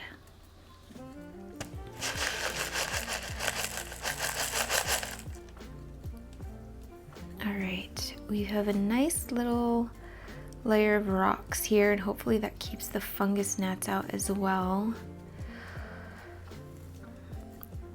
I just hope it's not too high. But it's so cute, and I did put it off center. I don't know, I feel like when you have little plants like this, it just looks better when you kind of have it off to the side or something. So yeah, this is what he looks like. I hope it does well. I am going to be inoculating it with great white, and I think I'm gonna like eventually put this in my windowsill, but for now I'm gonna keep it in the plant room so that I can give it a little bit more of controlled conditions. It's so stinking cute. I gotta take a picture of this. This is the kind of setup that would do good with one of those squeeze bottles, so that it's more like it comes out slower and it's a little bit more precise, but it's fine. We'll survive. All right, I'm gonna let that sort of drip into this while I repot some other stuff. Oh my gosh, that plant is so cute. You know, I would love to do like that on like a single shelf with like a light over it. Oh, that would be so cute. Okay, let me kind of show you who else I've got going on here. Okay, I do have 1, 2, 3, 4, 5 of these. I think I want to say these are 6-inch pots. My mom got these from the States. I think I'm gonna put, I can put 1, 2, 3. I can do at least 3 of these plants in here. Okay, the first plant that I'm gonna repot is this anthurium. So this is an Ace of Spades dark form crossed with a Fort Sherman Ralph-Linum. And the Fort Sherman Ralph-Linum is from J. Vanini. This is the plant that kind of puts out these like minty mottled variegated leaves, but then as it hardens off, like you can't really see it anymore. But at least I get to enjoy it while it's an emergent. I didn't buy this plant for the variegation. I didn't even know that it would give me this kind of variegation. I don't even know if I can call it that because it doesn't like sort of keep the variegation when it hardens off, but I did not buy this plant for that. So that's just a little bonus, but I just love, can you focus? Hello? Nothing's going my way. I think that's focused. I bought this plant because I thought that it was going to have a really, really cool shape. And I was hoping that it would have more of that Ace of Spades shape, and it does, but it's way more elongated like the Fort Sherman Ralph-Linum. So it pretty much got the exact shape that I was hoping for, but it's in this tiny little pot, and so I do need to upsize it, and I'm gonna do this, which I would say is a good size growth or pot size jump. Oh my gosh, my legs are falling asleep already. Typically, I don't like to repot anything within 2 to 3 weeks of going on a trip, but guys, we're in survival mode right now.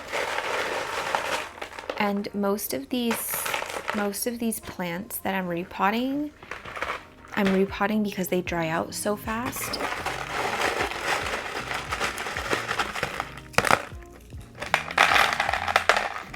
You know, you don't realize how loud things are. Like things that you didn't think were loud before immediately become like screams when you have a baby. Something as simple as closing like my AirPod case. There was one time where I just closed it and it makes that little snap sound. Archie woke up. And I was like, yeah, never realized that that was actually quite loud until I had a baby. But anyway, Andy's awake. Perfect.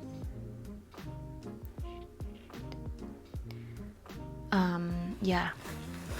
Anyway, I'm choosing between either transplant shock or it drying its roots because it completely dried out while I was away. So I'm gonna choose what I feel is the lesser of two evils, and I'm gonna choose transplant shock because at least I know the plant will have some water in it while I'm away, because I'm not expecting Alice to come here like every few days to check on the plants. I really only hope that she comes once a week while I'm away. And I'll be gone for 3 weeks, so it's actually a lot to ask of her, but I said I would pay, but she said that she'd rather I just come and return the favor when she's in the UK. I'm not gonna be removing any more of these roots or the soil. I'm just gonna do a little plopperoo. I'm hoping when I'm in the States, I am buying a few plants. I bought a few plants already that I'm gonna be taking back home with me. But I'm hoping to bring home some more pots because I feel like the States has way more pot size. Ew, ugh. Hair grosses me out, even if it's my own. I feel like the States has way more pot size offerings than Canada does. So yeah, a lot of my plants are outgrowing their little pots, and I'm for the most part only growing anthurium with drainage holes, so kind of need a plan.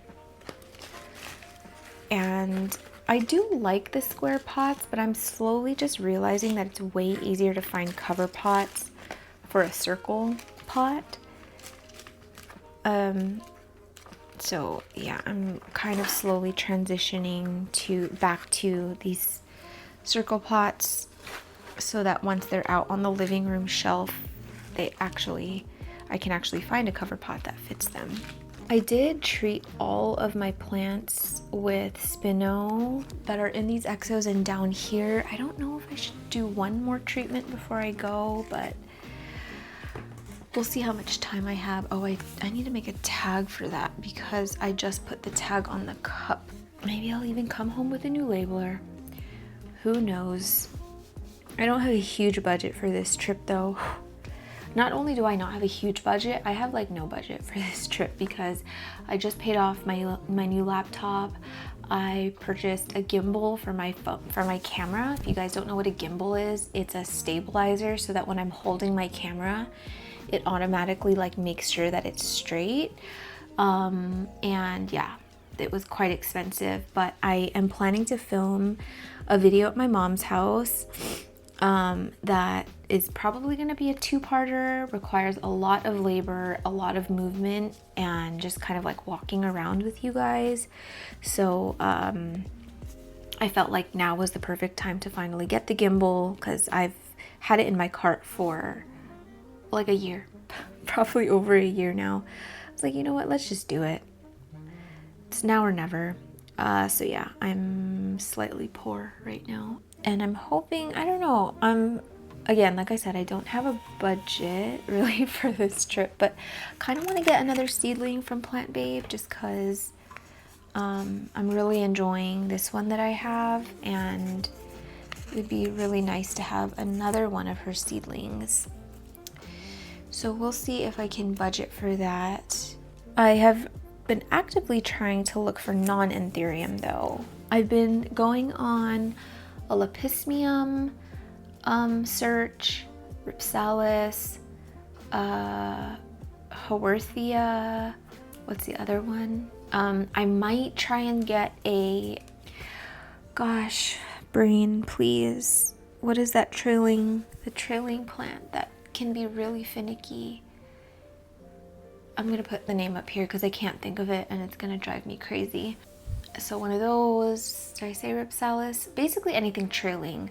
I'm also trying to find a really nice big basket of linearis. The only one that I've found is from Succulents Empire LLC, and holy smokes, that plant is huge. It's a massive pot of linearis, but it's like 400 USD. That's absolutely not in my budget. I found another one in Poland that's like $200. My sister actually imported our original linearises from Europe, and I kind of felt like that's probably where I would find a replacement basket. And if you're wondering, I used to have a really nice lush pot of linearis and it croaked. The linearis is a plant that I'm quite scared of, but I want to try again. Oh, and this plant that I'm repotting is my darkish or Indo-Pappy hybrid darkish forgetii. I feel like this one's going to be a really nice one. I like the venation on it. I like the sharpness of it, and I like the color. It looks pretty much like the Indo-Pappy hybrid, like the mother, but a little bit more sharp, not as oval. And it's funny because the pollen parent is a forgetii, which is round, so I don't know what happened with him. Okay, I need to put Lekka in here, but my child is gonna wake up. What to do? See, I already feel so much better doing plant stuff. Like I feel like my baseline, I feel like I go back to baseline in terms of my anxiety, and like, because I can start feeling my breathing getting crazy. By the way, people have asked where I get my Lekka, because this Lekka is superior. It's so light and really airy. It's like half the weight of regular Lekka. It's Grow It brand. I will show you what the picture looks like here. Unfortunately, I don't have a link for you. I could link you to where it's sold on Amazon, I think, but it's really expensive on Amazon. I don't really want you guys to get it from there. I get it from Lauren at North Shore Tropicals. I don't know if she ships it, but that's where I get it because I don't know where else to get it.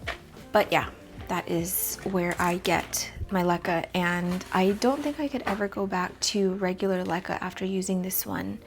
It just worked so well for me, and I plan to repot my big Thai in all leca, which is crazy because it's like I'm not that comfortable growing in leca, and to grow one of my biggest plant, if not my biggest plant, in just pure leca is kind of wild. But I just feel like that makes the most sense because it's so heavy and big, and when I need to move it around and stuff, it's such a headache. But if I have it in that leca, there's like, I could lift that big bag of leca is probably like half my size, and I can like lift it easy, no problem. So it's not going to be an issue trying to move that plant around, because right now it's in pon and it is so freaking heavy.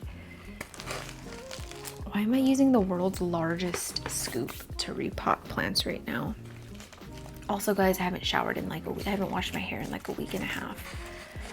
I feel so gross right now, which is why I kind of want to get my filming for today done and out of the way before Vince wakes up, so that once he's awake, I can just go take a shower and go take a nap. I am supposed to film another video today because I have a sponsored video going up,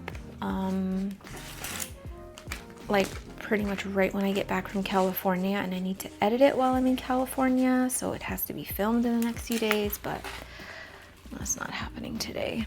So I'm gonna try and push to get it done tomorrow.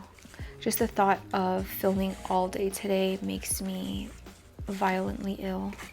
Makes me want to commit felonious acts. Okay.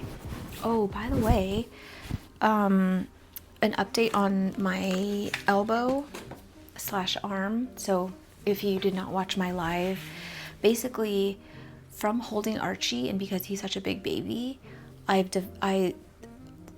felt like I injured my arm. Like my elbow hurts like crazy. Not all the time, it's only when I do certain movements or if I put pressure on it. And like I have this pain that like radiates all down here, and this is the most I can straighten it compared to this. I'm like kind of double jointed in some ways, like my knees can bend a little bit backwards, which is kind of gross.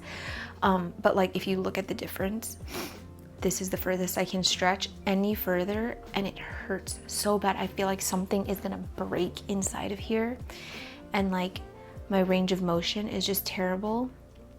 Like bending this way and it actually like starts to shake. I can feel pain right here.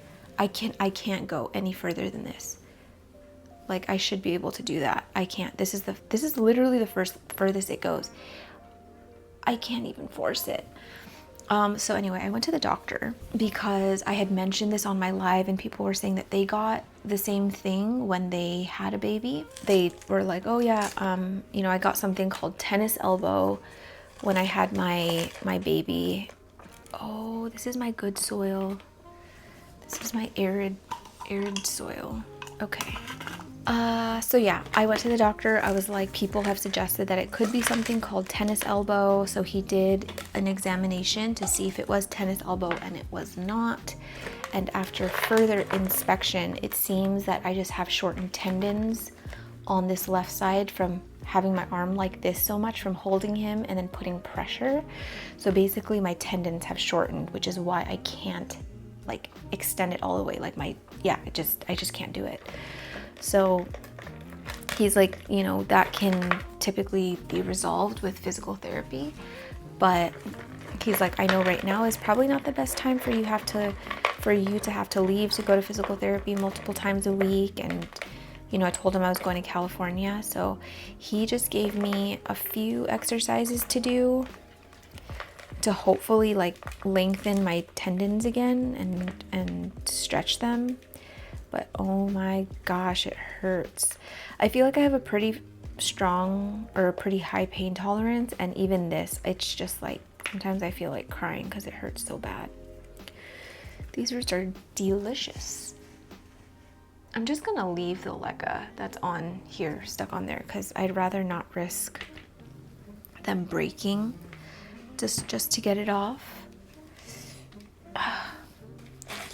And I think I'm gonna have to make a new batch of soil. I thought that this was gonna be enough. I don't have a ton more to repot. I have 1, 2, 3, 4 that I want to do on camera, and then the rest I'll do by myself, because this whole video is basically going to be repotting, and it's not even like I'm doing a Q&A or talking about something specific. I feel like I've been such a bore this video, but I'm going through it, guys. I am going through it. It's been a time. Even though I'm not going to California for all fun, I do think that just being around my family and being in a different environment might help, or it might make it worse. I don't know. I don't know. All I know is this trip is likely going to really mess up any kind of sleep training we've done. My dad is obsessed with Archie, and I know he's gonna want to I know he's looking forward to just doing contact naps. I don't really want to take that away from him because, you know, it's the only grandchild I'm giving my dad, and I know how much he loves him, so I'm just gonna let go and let God. Okay, you're done. Sorry, it's like mostly Anthurium, you guys. Let's just do this one so that you can get a little break of Anthurium. But this is my backup billy. This was the bottom cutting from my variegated billy at TA. It pushed out very little variegation. It had more leaves, but the other leaves on it were just all green. So this is the most variegation I've seen on it. It's kind of hard to see on camera right now because it's an emergent leaf, but pretty much the entire leaf is variegated, which is amazing. I think I can see spider mite damage though, which sucks. I need to switch positions because my legs and my butt, they're falling asleep. Ow. I'm not even gonna fix my camera, but it's in like a really tiny pot right now, and this dries out hecka fast. I think that if my top cutting of my billy, my variegated billy, gets long enough that like I have a good stem to work with and it has good variegation, I'll probably sell this one because I don't need both, but I just am holding on to both for now because they're both really small and I feel like I don't have enough nodes to work with just yet to have insurance cuttings if it reverts. But probably in about 2 or 3 months, I'll have enough nodes to work with that I can sell this. I probably could have gone into a pot a little bit bigger than this, but that's okay. It's better than what it was in. Anyway, just something to chat about. I was scrolling Facebook and I came across a thread in an alocasia group that I'm in, and somebody posted their alocasia. I think it was like a variegated alocasia black velvet or something. And it was in a pot with no drainage, so it was in like a tall vessel. It had a layer of leca down at the bottom, and then it had pon up at the top. He was just like showing it off. It was really beautiful. It had probably like 5 or 6 leaves on it, and maybe 2 of the bottom leaves had like a little bit of yellowing, and he was literally just like showing it. He was just like, oh, like so happy, you know, that I purchased this year, like one of my best purchases of the year. And then, you know, most of the people in the group were like, oh, that's so beautiful, like love it. And then there was one person who was like, your leaves probably wouldn't be yellowing if you got it into a pot with drainage. And then there was like this whole thread of like, it seemed like for the most part people in this alocasia group were like, hello, like growing in passive hydro or semi-hydro, like that's like a huge thing in the alocasia world. Growing with no drainage is a huge thing with alocasia growing, and there were a lot of people giving their testament of like how growing in no drainage has been way better for their alocasias. But of course, you know, there's the people that are like, yeah, but you know, your plants are eventually going to die, or the roots are going to suffocate. Like, you know, you get the same sort of same old story. And then somebody linked my YouTube. I don't mind when you guys do this, but I will tell you that my butt clenches every time one of my videos is linked in a Facebook thread, especially a really spicy thread like this. It really makes me nervous. But this girl was like, yeah, like I watched her videos and it helped me a lot with understanding how to grow in no drainage, and it's been really, really good for my alocasias. And she was saying how like before she couldn't grow more than a few leaves at a time, and now she has like nice big thriving alocasia.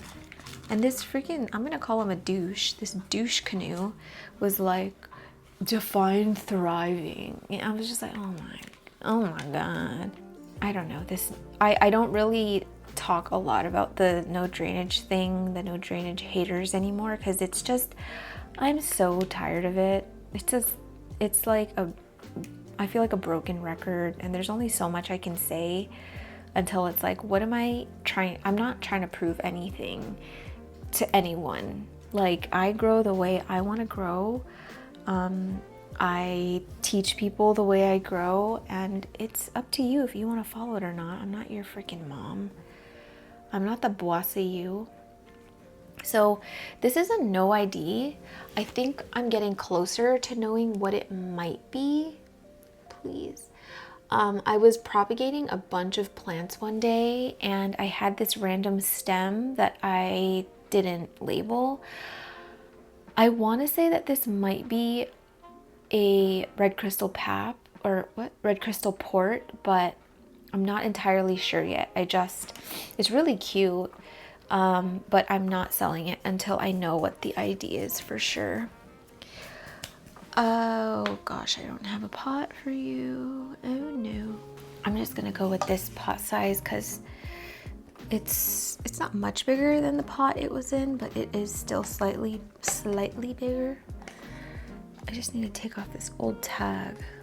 I think I need Lekka down at the bottom, but I'm like, is it worth it waking up Archie? Because I know he's not been sitting in that swing awake. He must be back asleep.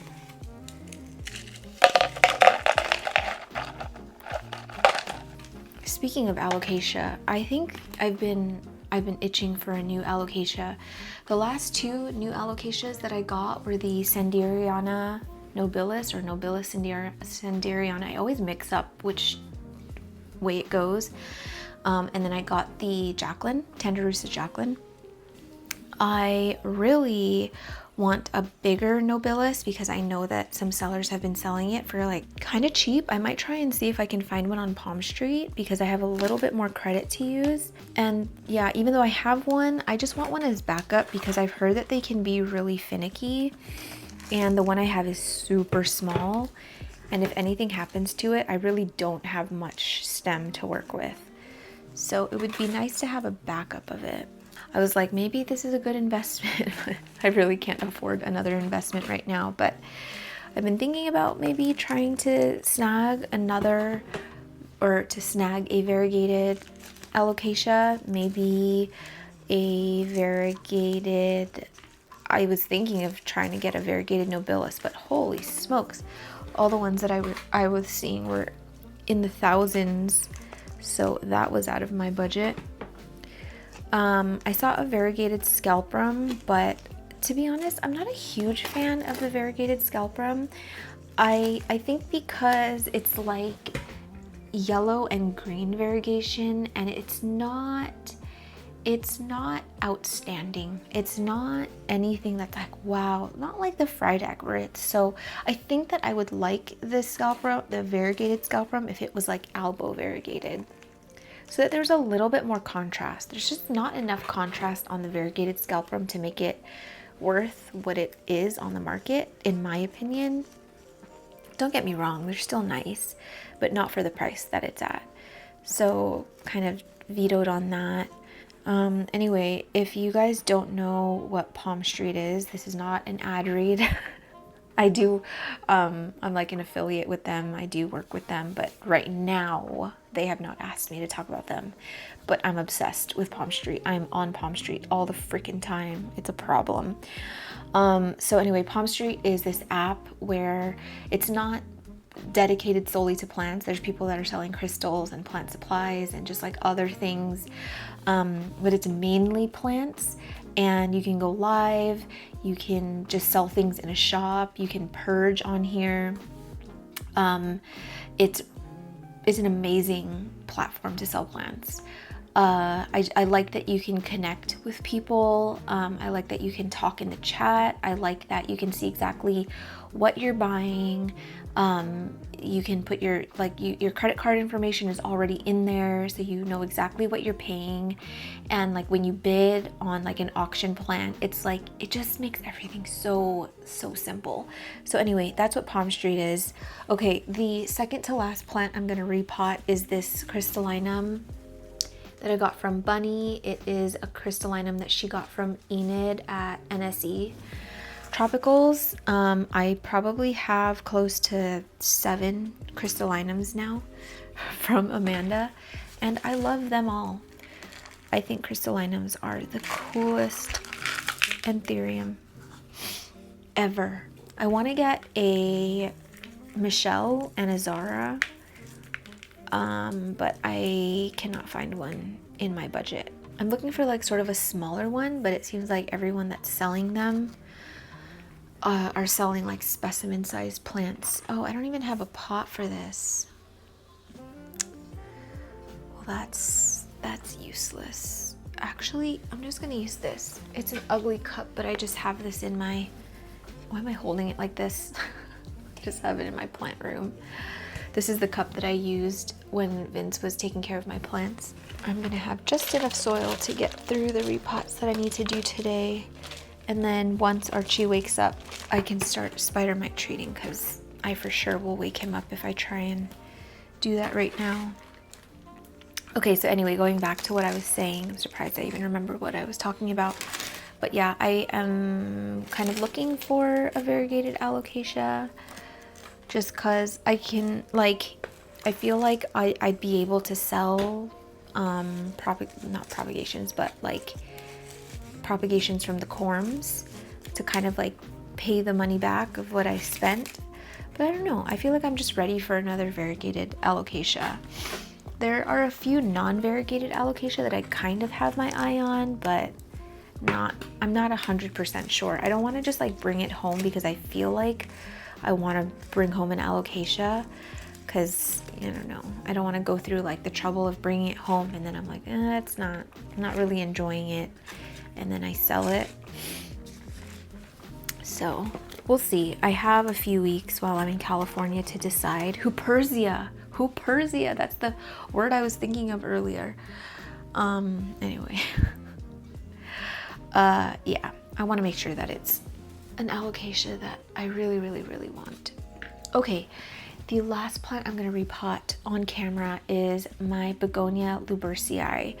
So I mentioned this in the video that I did with Alice, but this begonia I'm only keeping because I love it when it loses its spots, and I'll quickly throw in a photo here of a mature Begonia lubersii that has lost its spots.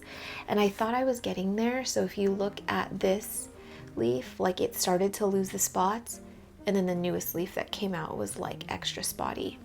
So it's getting super tall and I'm just, like whatever, I'm over it. So I'm gonna chop it.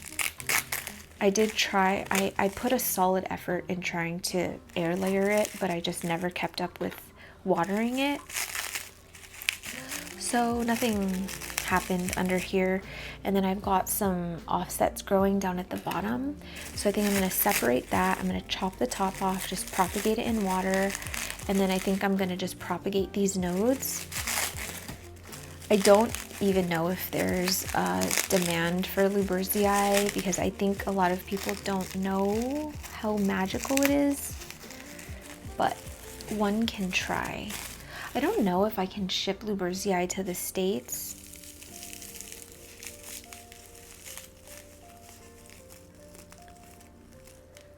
I can't tell if, oh, it kind of looked, okay, I can't tell if these are like fibers or if it did start to root.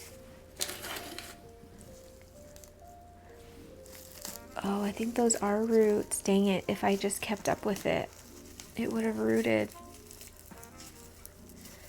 Poop. Yeah, it looks like it started to root into this moss. Well, at least I know that method works with begonia. I just have to be better about keeping that wet. That's what she said. Okay. I need scissors. I need to get this out of here. All right, first things first, I'm gonna chop this top off because it's gonna come crashing down. I think I'll do it right here. I'm literally just gonna stick it into water. Begonias, they propagate so fast in water. And I find that it doesn't really wilt or lose that moisture in it, because begonias are they can be really finicky when you propagate them, and they'll wilt like almost immediately. So I'm gonna get that into water. I'm gonna let this callus for maybe like 20 minutes or something, and then I'll get it in, and then I'll get it into some water. I need to, okay. Now I forgot what I was talking about. I think I was still talking about alocasias, but don't remember where I left off. Okay. Maybe I can actually just chop the stick off of it, because now this is rooted and I can just sell the bottom, and there's like one more little offshoot forming down here. Begonia roots are insane. They are so fine and thin. Let me just get as much soil off and then I'll show you. Look at these roots. They're like threads. They're thinner than thread. They are terrifying. But like I mentioned, there's another little shoot growing down there, and then this little guy. So what I'm gonna do is actually just chop this top off. I'm gonna propagate this stick because I actually really quite like this plant. Oh my god, it's so cute. And then I'll repot this and sell it. Now what vessel to put it in though is the question. I can use one of these because I have switched to larger pots. I think I'm going to not use this for my seedlings anymore because I'm using a I think it's a 3.5 inch pot now, because then it can live in there a little bit longer. So I'll just go grab one of those. Ow, ow, my knees. Oh my gosh, you guys, my joints. Help, do I have osteoporosis? Okay, in the 2 seconds that I was over there, I actually decided I'm gonna use one of these instead, because I kept all these random pots for selling, but I brought this over just to show you. So this was the pot that I was using before for my seeds and seedlings, and these are the new ones that I'm using, which I will link in the description. It's significantly larger, so I feel like I'm just gonna immediately go from seed into this so that it can live in there way longer, because it outgrows this little pot fast. I might try and just sell this one locally, or oh, I should mention, I'm selling my plants through like any leftover plants or just plants in general. Me, Alice, and Jing, we're not gonna like go live regularly. We just can't. And I don't really want it to be like a super regular thing. I kind of want it to be like a little special treat, you know? Because I feel like if we go live like every week or every other week, it just kind of becomes less exciting.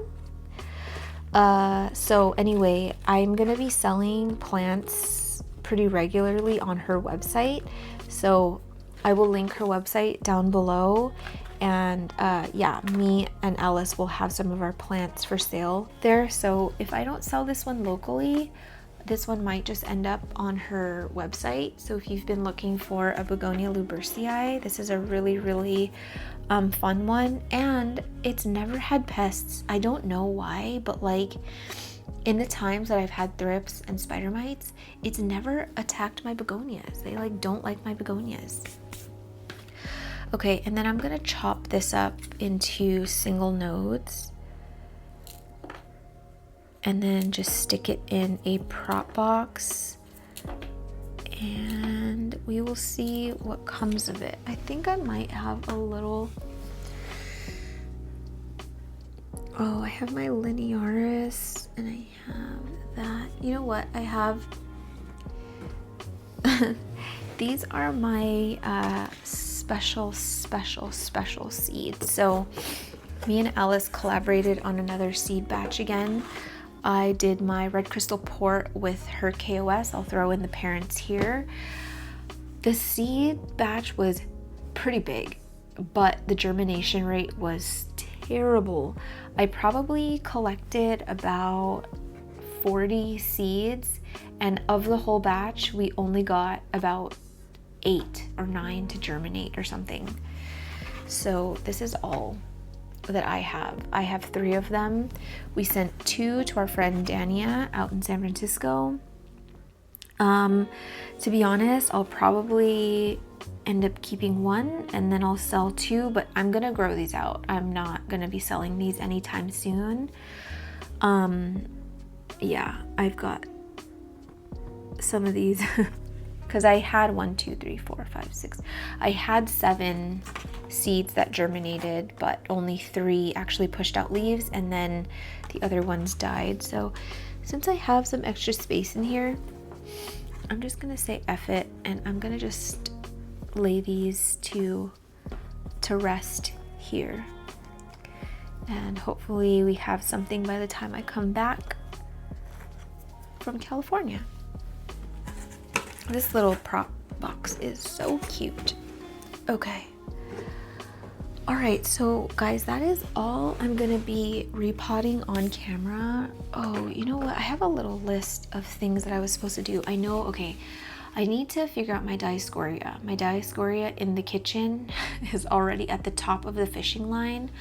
So I need to extend it to wherever it's gonna extend to, because if I don't, it's going to end up somewhere I don't want it to be by the time I come back from my trip.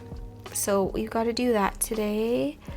Oh, I just broke the tip of this new billy leaf. Why is there a new billy leaf coming out when this one hasn't even hardened yet? And what else do I have to do? Spider mite treat my plants up there. I feel like there was something else I had to do, but I don't remember. Okay, in the meantime, I am going to just clean up here off camera. You guys can go on an ad break, and then we will link back up when my son wakes up.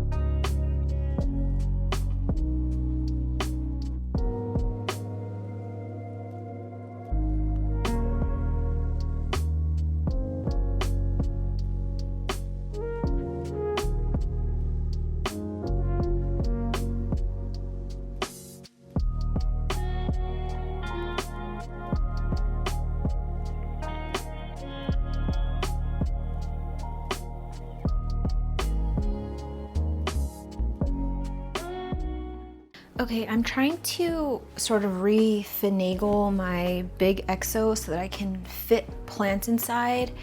My little EXO is packed. Let me show you guys what it looks like with my phone. And I've got an AirPod in because I'm sending voice notes back and forth between Amanda right now.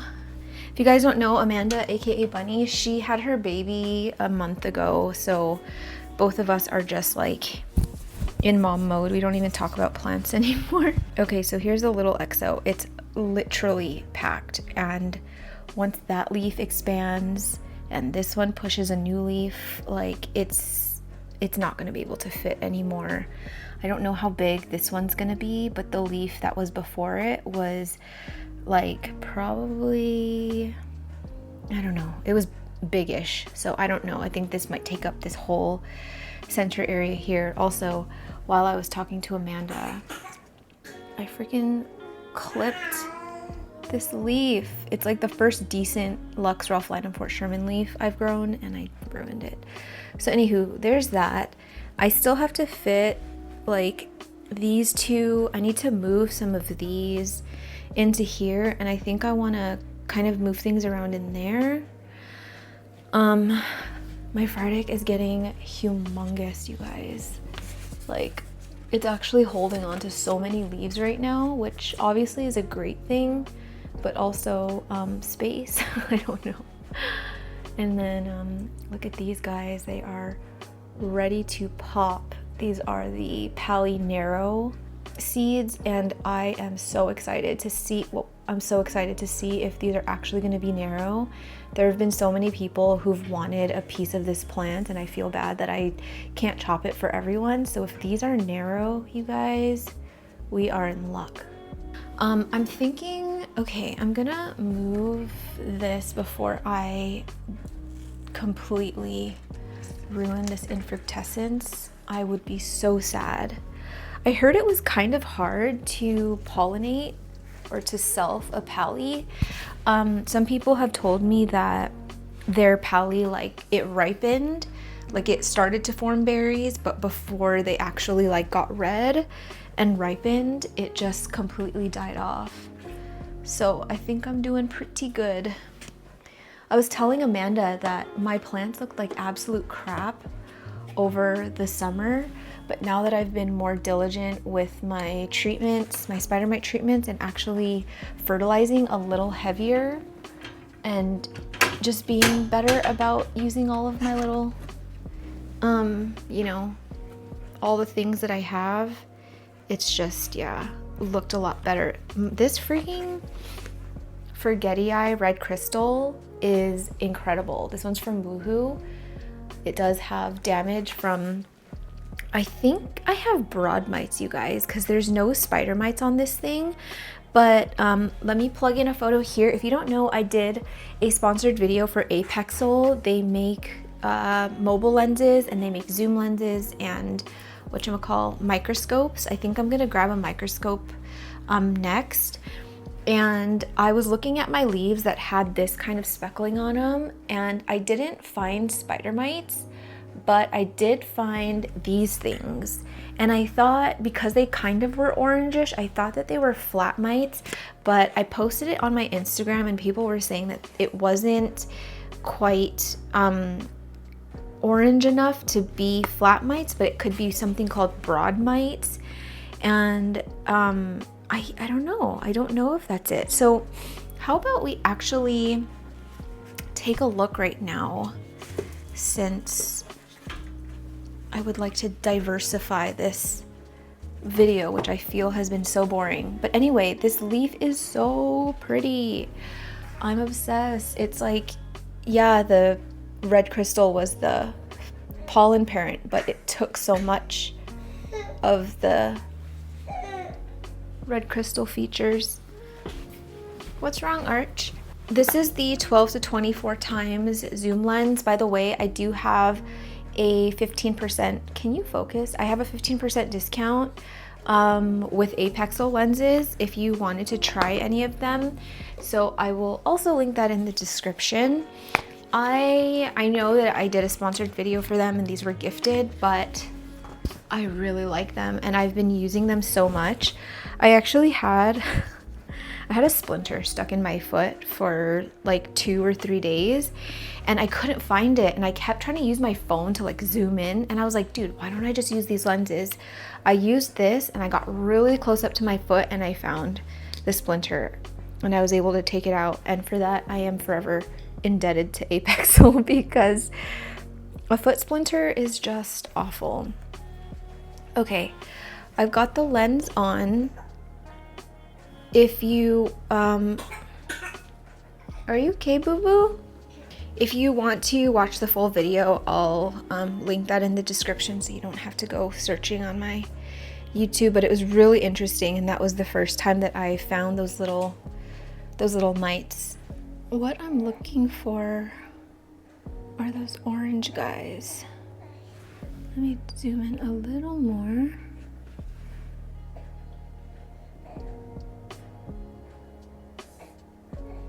I'm not seeing any. I don't know if it's because I just treated this plant. I think he's pooping, sorry guys. And he like grunts like crazy when he's pooping. Oh wait, I see some right here. Or is that? Do you guys see those orange looking spots? But they don't move. I can see a few. Or maybe that's not it, actually. Okay, let's see if I can find any. Oh my gosh, my child.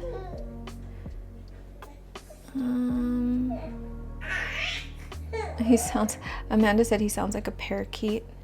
He like squawks. I'm actually not seeing any. I don't know if it's because I just treated this plant. Is that one right there? Do you see that orange guy? Anyway, it's probably not the best time to look for these little guys because I just treated the crap out of my plants because I'm trying to get a handle on everything before I go, and I'm just like nervous that they're gonna take over while I'm away because 3 weeks is kind of a long time to be gone. But can we just appreciate this plant just one more time? Look at how pretty it is. Actually, I'm gonna go take a picture of it. Y'all, my kid is wild. He's wilding out right now.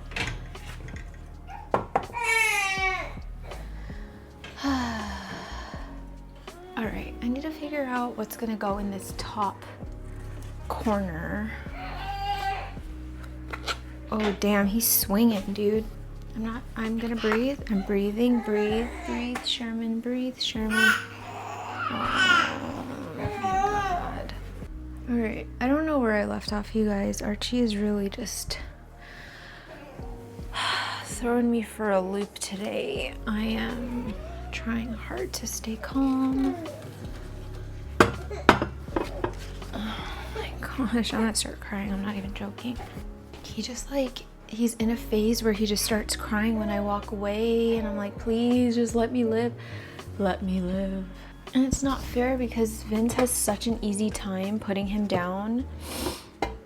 I'm not gonna say easy, but you know, he's able to put him down, whereas when I try, it's like nothing works.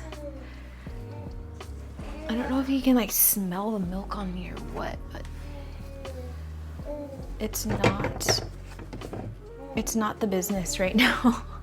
Not the biz. Okay, where am I gonna put the pally? I think I can just hang the pally on its own instead of trying to put it on this grid because it's kind of taking a lot of space. But I'm gonna need to poke. Oh no, I have a hole already. That's what she said. Oh my. Why is it doing that? Oh, maybe I need...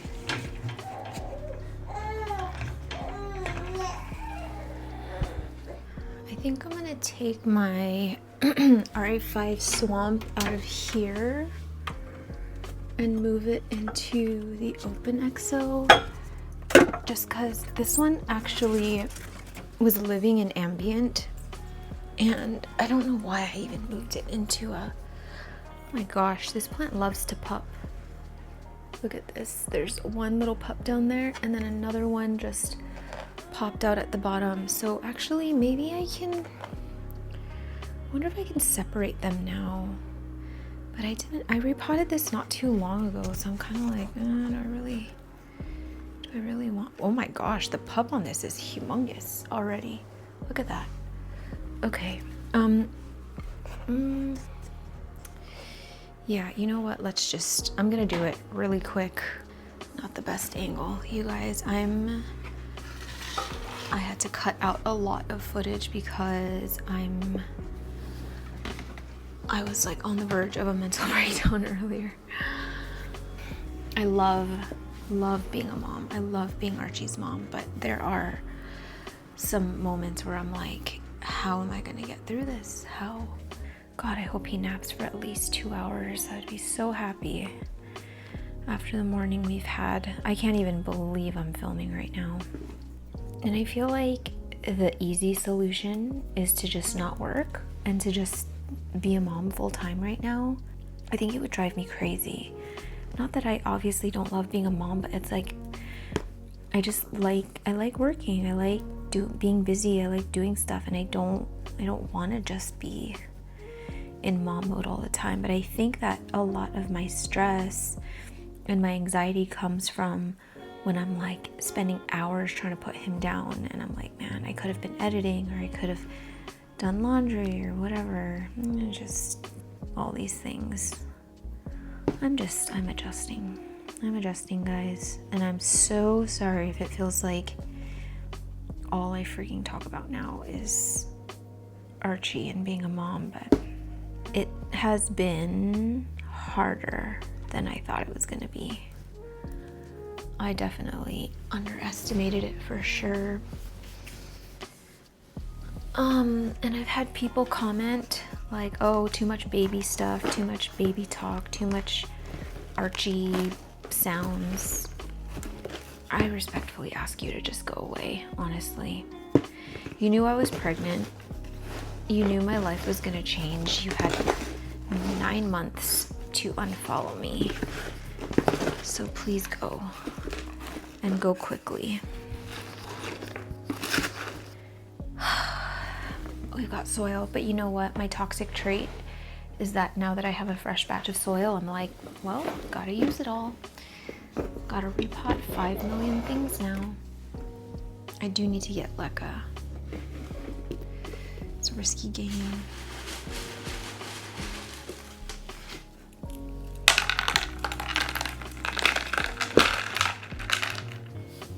So this is gonna be the pot size jump. This is I don't know what size this is. I think this is a 5-inch pot, 5-inch diameter, and this is like 8 or something. I don't know, guys. All I know is it's freaking dark. Sorry.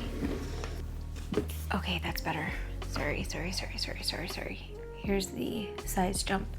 Goal is successfully separate the offsets or offshoots without damaging the new leaves. Can she do it? Can she do it? Because this leaf, it has not finished hardening off yet. And I'm finally having leaves that look somewhat decent. But yeah, I'd like to separate the offshoots so they're not having to share resources.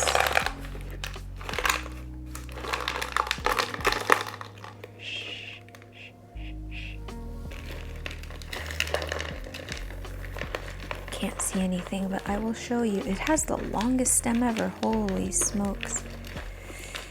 I feel like if it didn't have a new leaf coming right now, or like a new leaf hardening off, I would totally chop this plant. I've gotten so many pups from this already.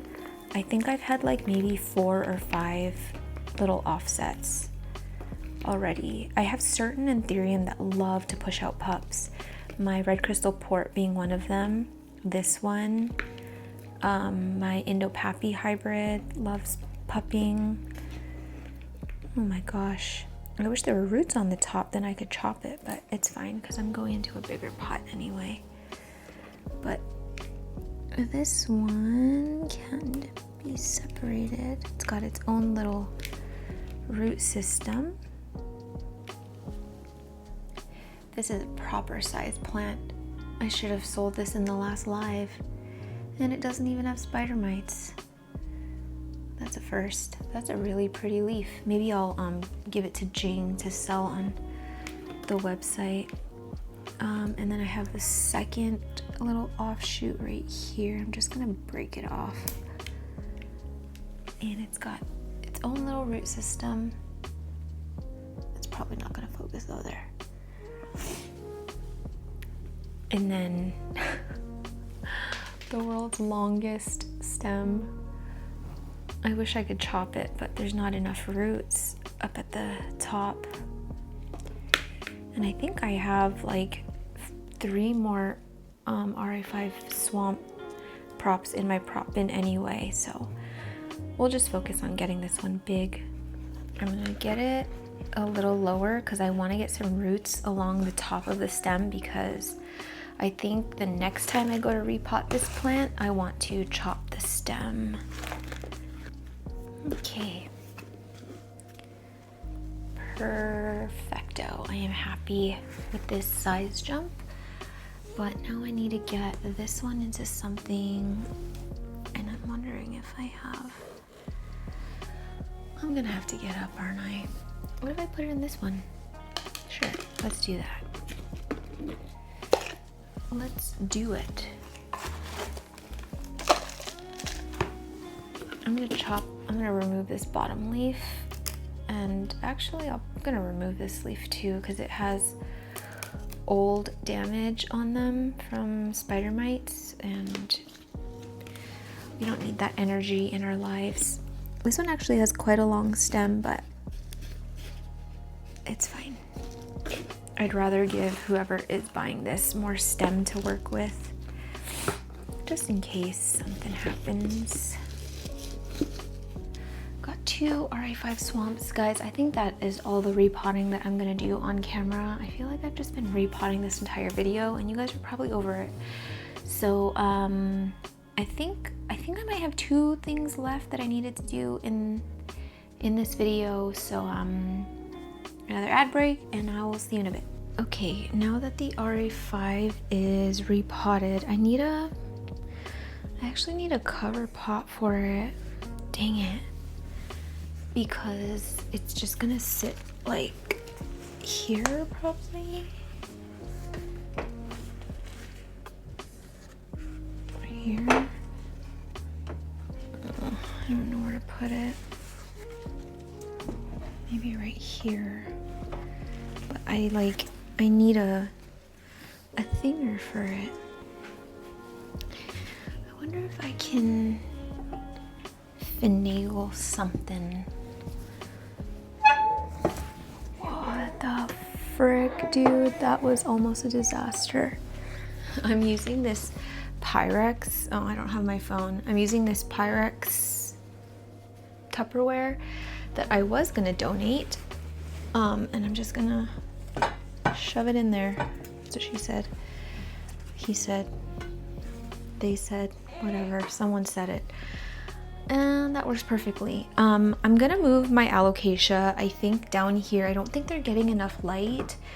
My Jacqueline is going through a bit of stress from the repot, but there is a new leaf coming, so you can see some yellowing, but new leaf. And I am seeing some new roots, which is amazing. So transplant shock expected, but you know, it is what it is. I'm reusing this old tissue box, but it's like dipped in, like it dips in the middle, so it's not ideal. So I'm just gonna put that down there. I can put a small anthurium right here. I wonder if I do this one. This one's my this is my Ace Carla, or Carla Ace? Carla Bvet? I don't know what plants I have. Carla Bethep, lots of that damage from what I believe is, I think this one might actually be spider mites. I'm gonna just give this a quick little spino spray. I have Captain Jack's in here. And let's just give those a spray. I've just been freaking spraying every day. I don't even care if it leaves damage anymore. I'm like, just get these damn bugs out of my house. I don't know if that's the right plant actually. It's a little small. That's what she said.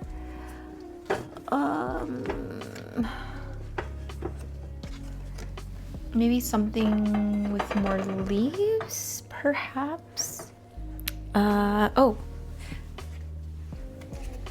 HURC. I just like calling this one HERC because that's what the acronyms are.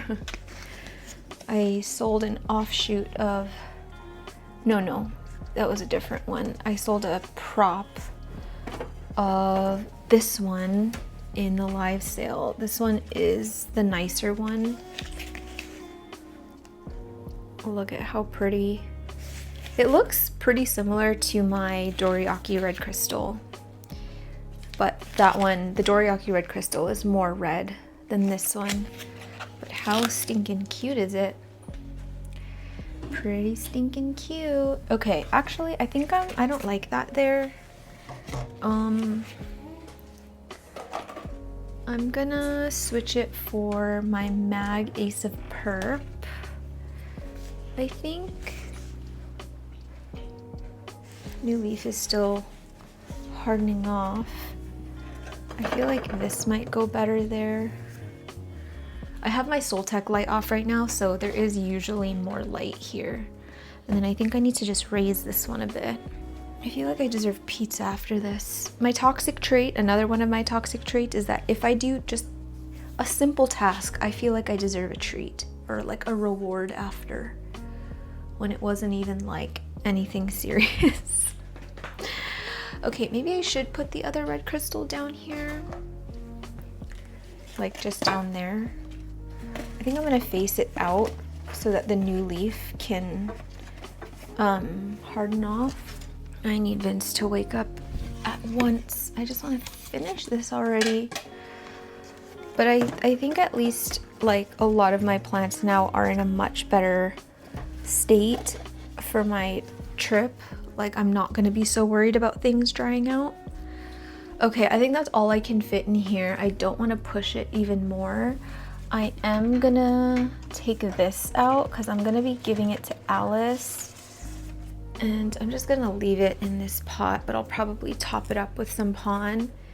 Her Frydek has gone all white, and this one pushes out like a back and forth between really white leaves and then like a good variegation leaf. It's a pup from this plant, and like you can see there's some leaves, like this one has like a half moon kind of situation going. Oh, you can't see jack crap, but anyway, it's got good genes, so I'm gonna give this to her so that she can get rid of her cursed Frydek. I have my Chia Presents Vera Presents here. It looks like it has thrips damage. I can't tell actually. Yeah, I don't know. I don't know what damage, maybe thrips. So I'm gonna have to tell Alice to isolate the Frydek for a while, but she has thrips in her house right now too, so she's probably gonna be like, it is what it is. I'm wondering if I should isolate this one. I mean, I've seen other plants up there with thrips, but I have not seen thrips in here, so. Okay, now I have an empty basket here that I can put a plant. So who will it be? Maybe someone with no drainage holes. So I've got my ace. Oh shoot, where's the tag for this? Oh no, this is bad. This is bad. I lost this tag for that ace. I'm sure it's an ace lux, but you know, it's the principle. Not the principle, but It's like, I just want to know where it went because it's gonna bother me. I had it in a cup. I had it in this thing right here. Hopefully it's getting enough light here because it's being shielded from this fry deck. But crapola, I keep forgetting to relabel my plants, you guys. This is not good. Got a label on that. I've got a label on sheesh and shite. Oh, I did make new tags.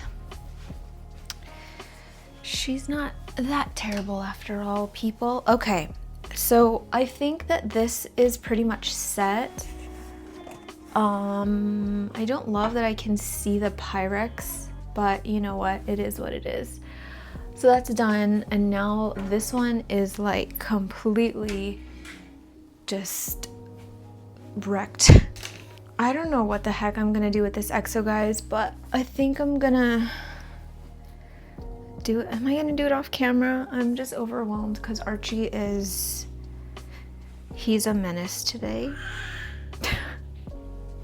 Okay, it's nothing special, but this exo, I'm gonna leave that. I'm over it. This exo has kind of the smaller plants in it. It looks kind of crazy, but I'm just allowing for new leaves to come in. Like there's a new leaf coming in on there. Finally seeing a little bit of size growth on my Lux, thank goodness. And yeah, this is just, honestly, I was like, you know what? I've had the day from hell. I just want the plants in and I want to be done with it.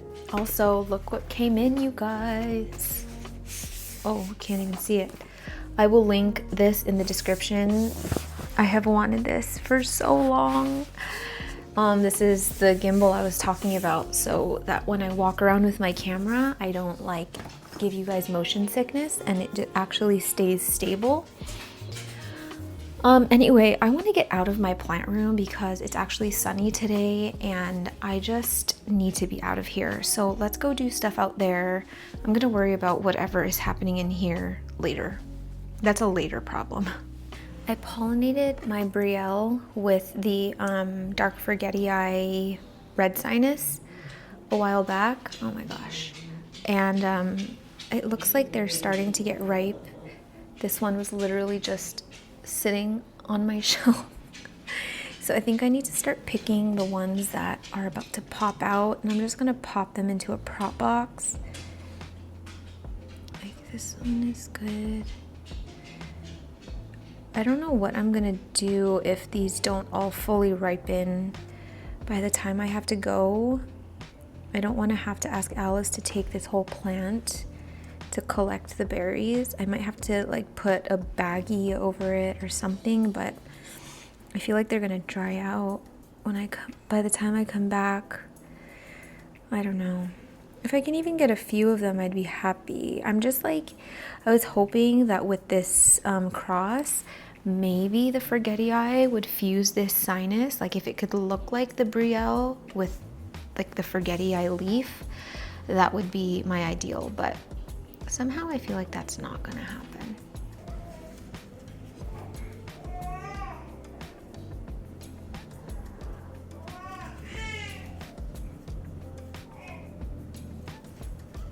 Whoa, there were 4 seeds in that one. Holy crapola. I've never had 4 seeds come out of one berry before. I really hope these germinate well because my last Brielle, no, that was red crystal port, never mind. My Brielle has been a good mom. So I think I picked 5 berries and I got 1, 2, 3, 4, 5, 6, 7, 8, 9, 10, 11. I got 12 seeds and they actually look really healthy. They're like that nice sort of light green color that I like. So I'm gonna stick these in water and just wait for it to kind of plump up a little bit. I'm gonna end the video here, guys. I was gonna do a few more things, My Dioscorea is honestly looking like crap. It's looking worse every single day. I'm pretty sure the stem is dying. So I'm just gonna cut the whole thing back and propagate all the nodes. Right now it just looks pathetic, and I'm pretty sure it's gonna dry out anyway during my trip to California because it needs a much bigger pot. So I'm gonna handle that off camera because it kind of makes me sad. I need to lightly water this shelf because things are really thirsty, but I'm doing like the big watering on Wednesday right before I leave. What else? There's a few other things I was gonna do, but I am just, today has been a day I'm feeling mentally defeated, and I just don't want to force filming when I feel like this because I just, yeah, I have nothing to give. Archie is taking a nap right now, which is why I'm talking pretty low. I really don't want to wake him up because he has been a menace today. I love that boy, but oh my gosh, today has been something. I'm so glad the sun is out. I need to, as soon as I turn this camera off, I'm literally gonna strip as naked as I possibly can, and I'm gonna just go sit in the sun like this and just let the sun heal me, because yeah. The rest of the day, I'm just gonna headphones, sound canceling headphones, music / podcast, and I'm just gonna whip around, clean the house, finish all the plant stuff, and just do it off camera. But yeah, I'm not feeling honestly super good about this month's week of. I was gonna skip it, and now that I'm thinking about it, I probably should have just skipped it, and I would have been way less stressed than I am now. But I did want to try and get this video up before I left for my trip. So anyway, I hope that this video helped you get some stuff done around the house, whether it was plant related or not. I hope you enjoyed seeing a little bit of the live sale and hanging out with plant friends. Hope I kept you company while repotting. I don't know what I did for you, if I did anything for you, but if I did, thank you for letting me keeping you company. Thank you for being here. Please don't forget to give it a thumbs up if you liked it, and I will see you in October.